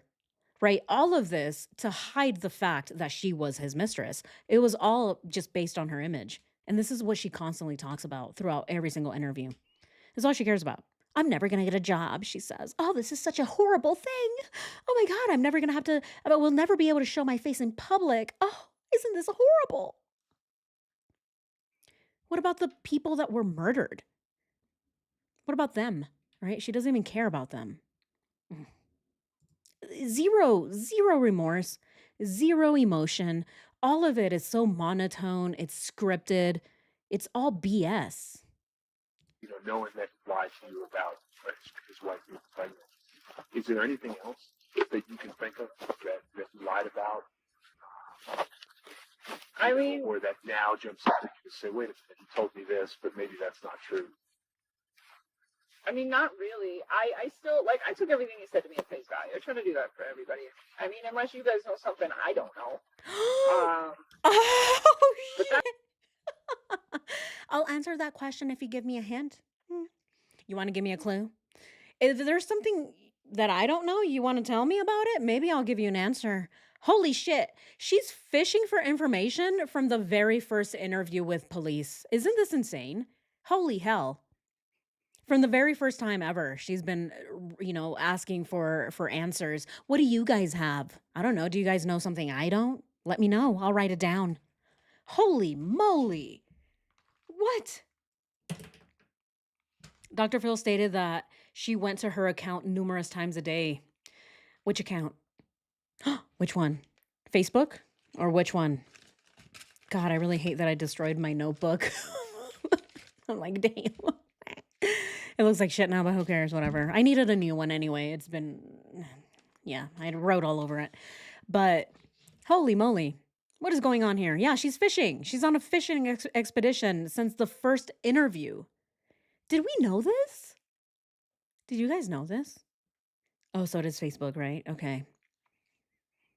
Wow. I thought she was, I don't know, at least fishing by her second interview, maybe, right? When she's saying, oh, my daddy and I needed to do damage control. But no. She's been doing it since day one, since the very first time that she contacted police. That's like the truth that I've been given. So that's like what I know, you know, and I don't want to go back and like second guess like all of that because to me it seemed real. It still does. This whole situation doesn't seem real, but at the time it was just like I'm separating from her. This is what's going on, you know. And he seemed like he was pretty proactive about, you know, like trying to get in the spot and like trying to get everything set up. About that, you know, like I remember we were talking about it. I was like, because I was like, are you gonna get a 2-bedroom or a 3-bedroom? And he's like, I want. You gonna get a 2-bedroom or a 3-bedroom? One for me. I want the big one though. One for me, one for Duke, and one for Duke the Second. Why does she want 3 bedrooms? Why is she asking him, oh, are you gonna get 3 bedrooms? We also remember her saying, oh, why don't you get a house, dude? You can definitely rent a house, dude. Right? She's telling him, oh, you can rent houses. Didn't you know that?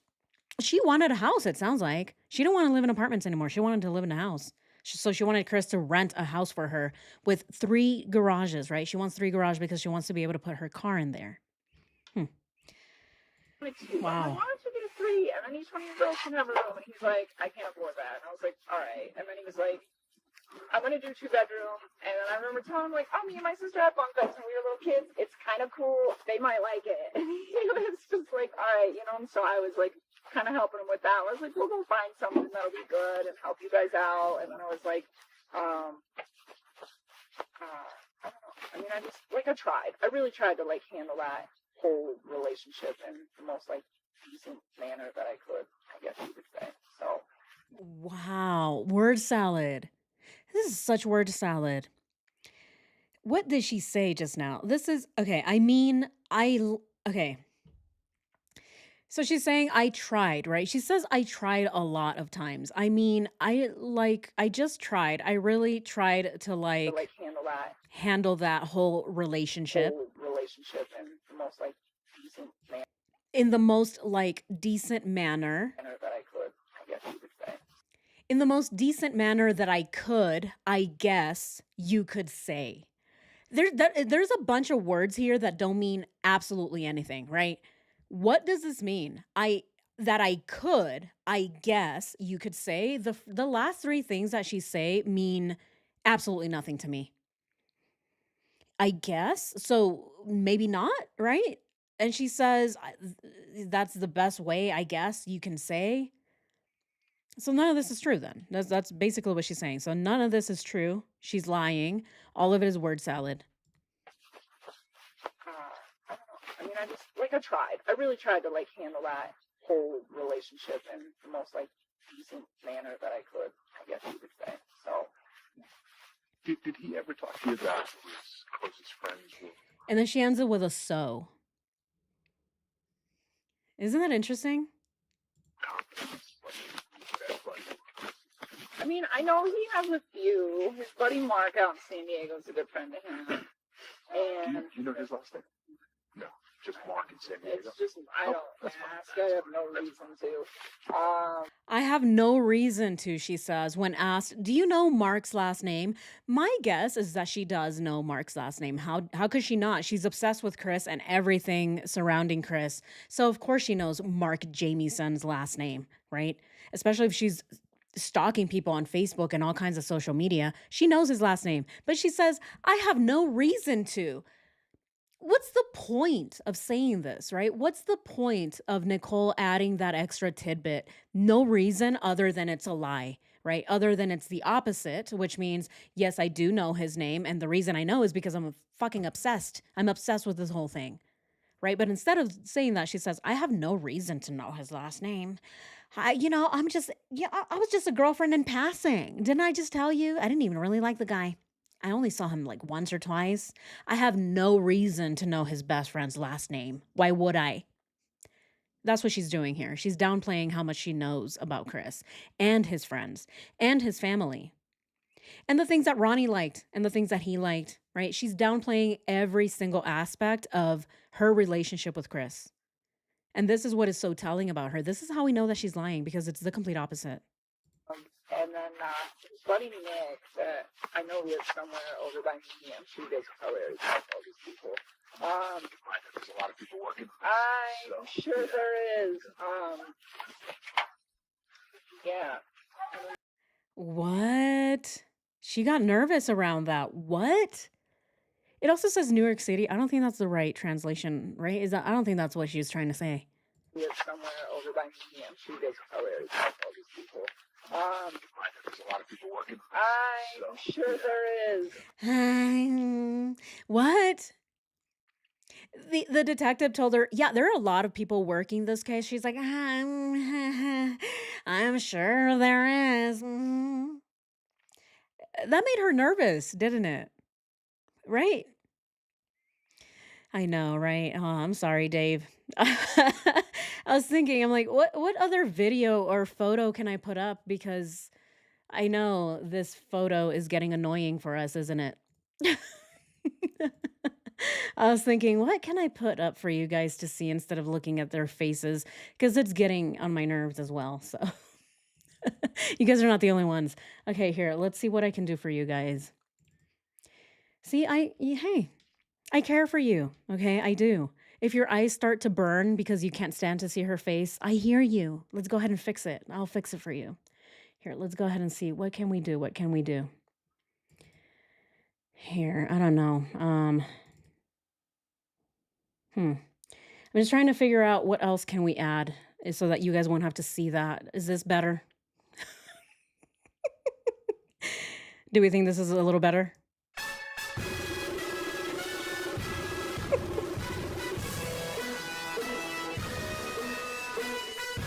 Okay, maybe not. Let's not celebrate her birthday anymore. She sucks. Okay. Not that one. What else can we do? Is there a better one?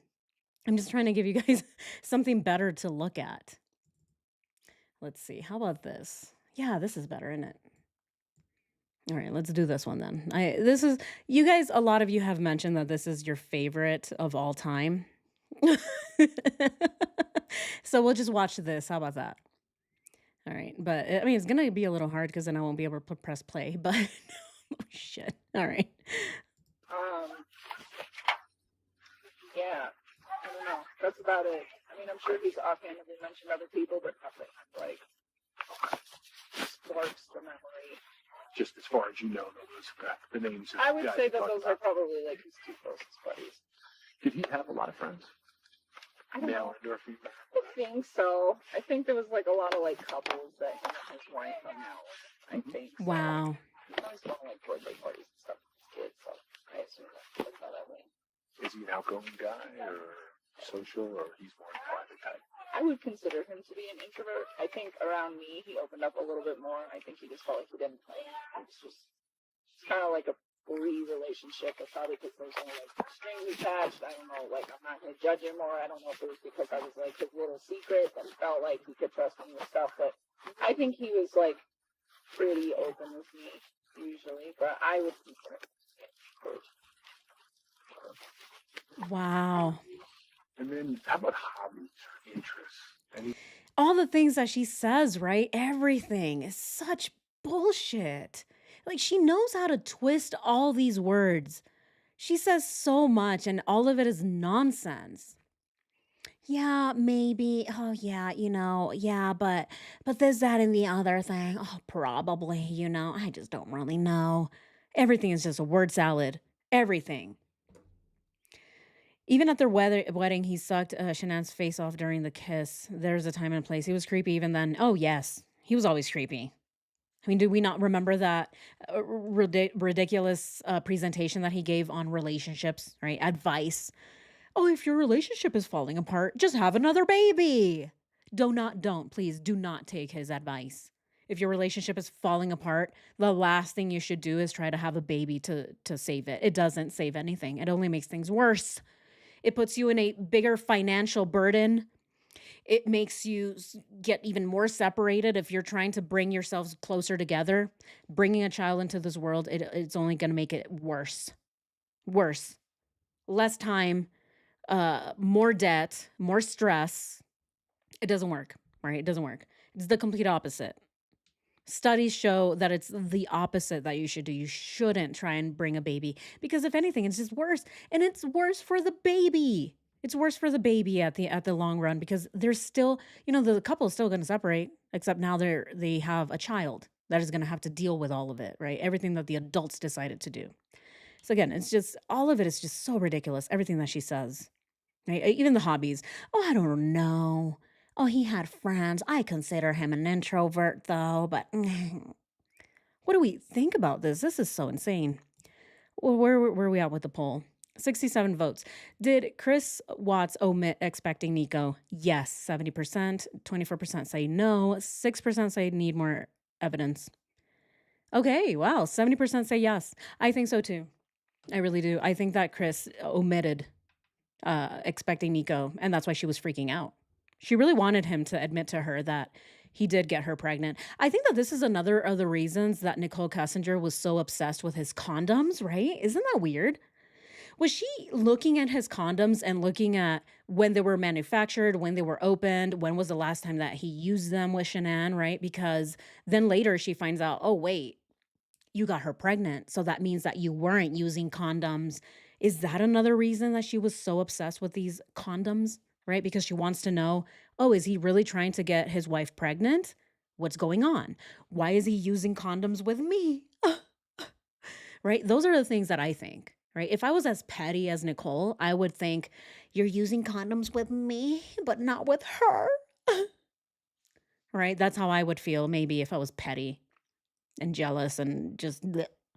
Right? Such a, just nasty, nasty person like Nichol Kessinger. Envious, right? Very, very envious of Shanann. One of the no votes is mine. That should be yes because okay. All right, Julie. Yeah, for sure. Okay. So then we're at 71%. Okay. Yeah, thank you. Yeah, I agree. It's like working on your temper, assembling IKEA furniture. Exactly. Yeah. Yep. Exactly. Yeah. No glove, no love. Exactly.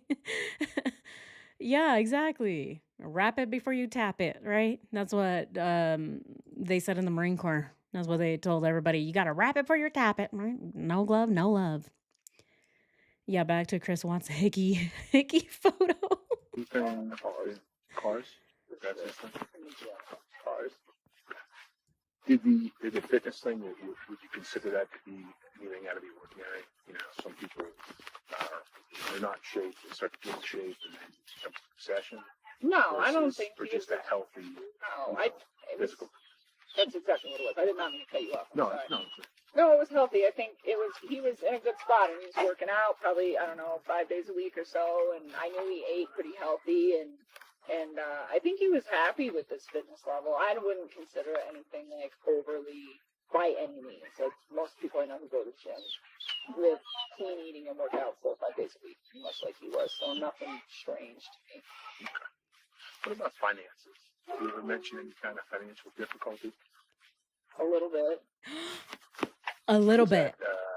The strain of a marriage or spending too much money or credit card debt or what would you think that? He just said when they sold the house, I said, this is when he first started talking about putting the house up for sale. And I was like, we were doing another house right away. I was like, you guys look, the Colorado market's pretty high. It was just like, it's like, if you're going to move in an apartment and save up some money, I was like, don't you like that money in the house? And he's like, let's put up some debt. And then I'm just like, did he tell you that he said that? no, I think it's a realtor. Are these detectives intentionally making it difficult to hear? Is this what's going on?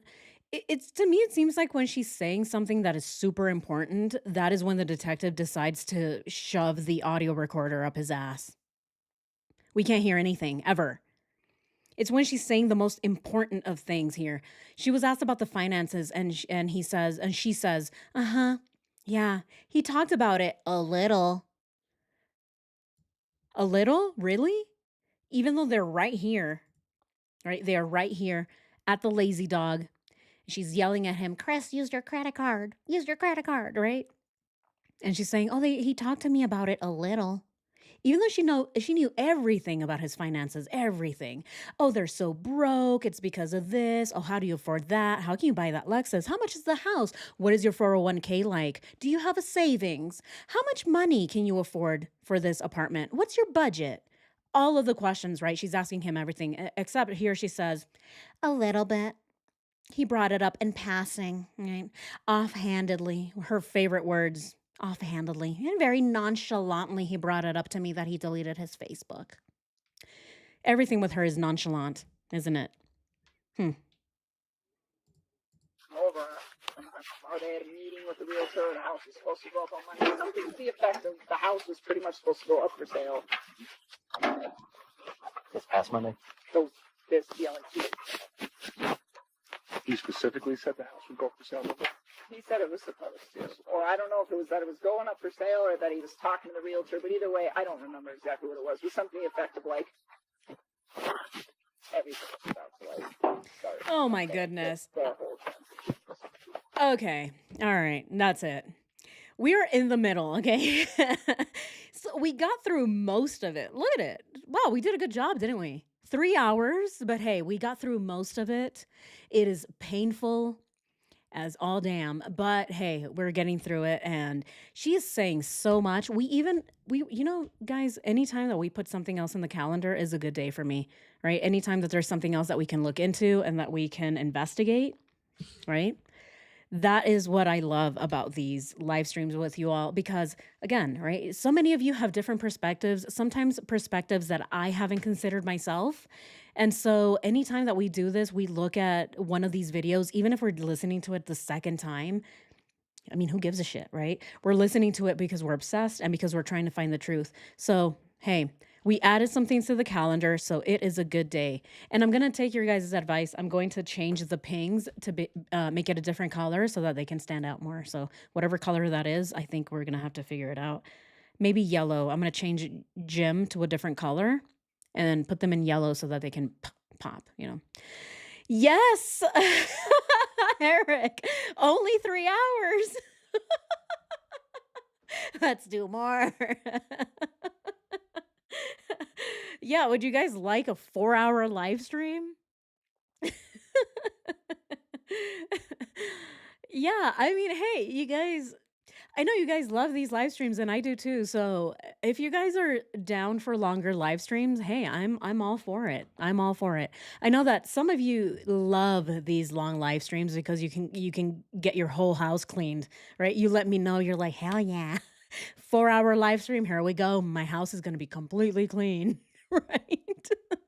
Yeah, so hey, if I help you, right? If I'm helping you, get your Cinderella on, then let's go for it. Why not? Because I like it too, right? I like to wash dishes and listen to somebody talk, right, for hours and hours on end, and then just laughing along. So why not?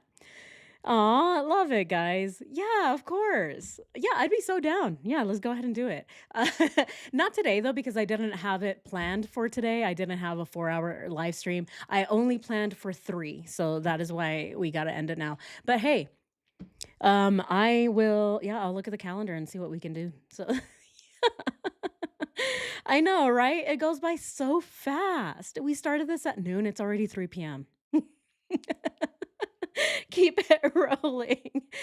Oh man. Yeah, cinder duty. Exactly. Oh man. I didn't work for 3 hours though, just hanging in the chat. Exactly, right? Yeah. Yeah, if you guys would like, you just don't want to work, right? You're like, oh damn. Is the live stream over? I gotta go back to work.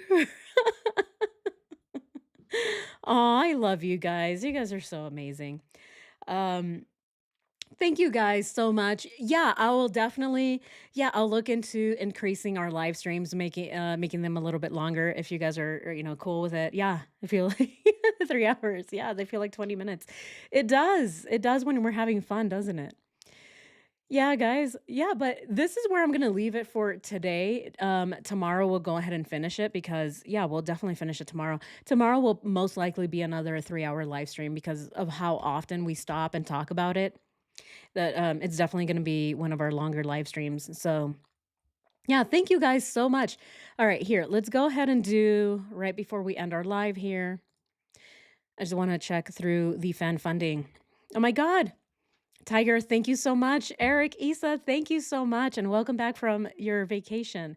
Debbie, thank you so much for the super chat. Julie, thank you so, so much for gifting a membership to our friend Cosmo Bear. And Cosmo, welcome back.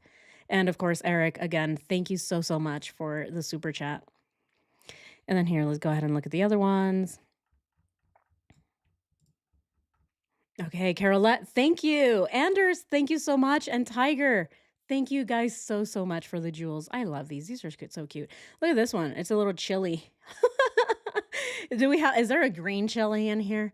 I wish they had, like the chicken and the carrots that you can gift. Wouldn't that be amazing? I wish we could make our own jewels. I would love it. I am also thinking about making more emojis, guys. I think we're at the time where we can definitely make some more emojis, something that is more, Rabbit Hole Rocks vibes, right? Like what we talk about here on the channel. So those are coming too. Those are coming too. Oh, thank you guys so much. You guys are, I love you guys so much. You're so lovely and fun and funny as hell. And I just love hanging out with you all. Well, guys, thank you so much for joining today's live stream. As always, this has been a blast. I love sharing and exchanging thoughts, opinions, theories, and jokes with you all. You guys are incredibly just awesome and talented. If you guys haven't done so already, please go ahead and check out the Rabbit Hole Rocks community. Check out all of the just funny memes that are being posted on there, some funny videos. Rhea made an amazing song. It is the Nichol Kessinger remix. You guys have to listen to that. Unfortunately, I can't play it on this channel because it's monetized and I don't want to get a copyright claim, but you can listen to it on the channel. And you can also watch it on Rabbit Hole Rocks Live, my second channel. By the way, you guys, if you do want to hang out on Friday nights for 4+ hours, we're gonna be hanging out. It's mostly the channel is mostly just discussing whatever we want to talk about. We wing it. It's whatever we want to talk about that day. So yeah, go ahead and check it out. Aw, Carolette, thank you so much. Thank you. Aw, so cute. I love the little kitty. So cute. Thank you so much, Carolette. I appreciate you. All right, guys, thank you so much. And again, special thanks to my moderators, VBug, Tammy. You guys are so great. And of course, Julie, thank you so much for moderating. Here, I'm going just scrolling up real quick. And of course, any of my other moderators, if I missed you guys, thank you guys so much. And thank you to my members. And of course, thank you to my subscribers. If you like this video, this live stream, go ahead and like it, share it, subscribe to it, comment, hype it. That is the best way to support the channel. And of course, if you want to support it in other ways, go ahead and follow my second channel. And there's also Venmo and Patreon if you do want to support the documentary. And I'm working on that PO box, guys. I haven't forgotten. Just like I remembered to put all of the above, I'm remembering the PO box as well. So thank you guys so much. Take care, you guys. Love you all. And I'll see you guys next time. I'll see you tomorrow. Bye, guys. Oh, tomorrow our live stream will be at 11 a.m. But I'll let you guys know. 11 a.m. tomorrow and on Wednesday. So we're just moving it up 1 hour earlier. That's it. Just 1 hour. So thank you guys so much. Take care. And I'll see you guys next time. I'm going to leave you guys with some ASMR.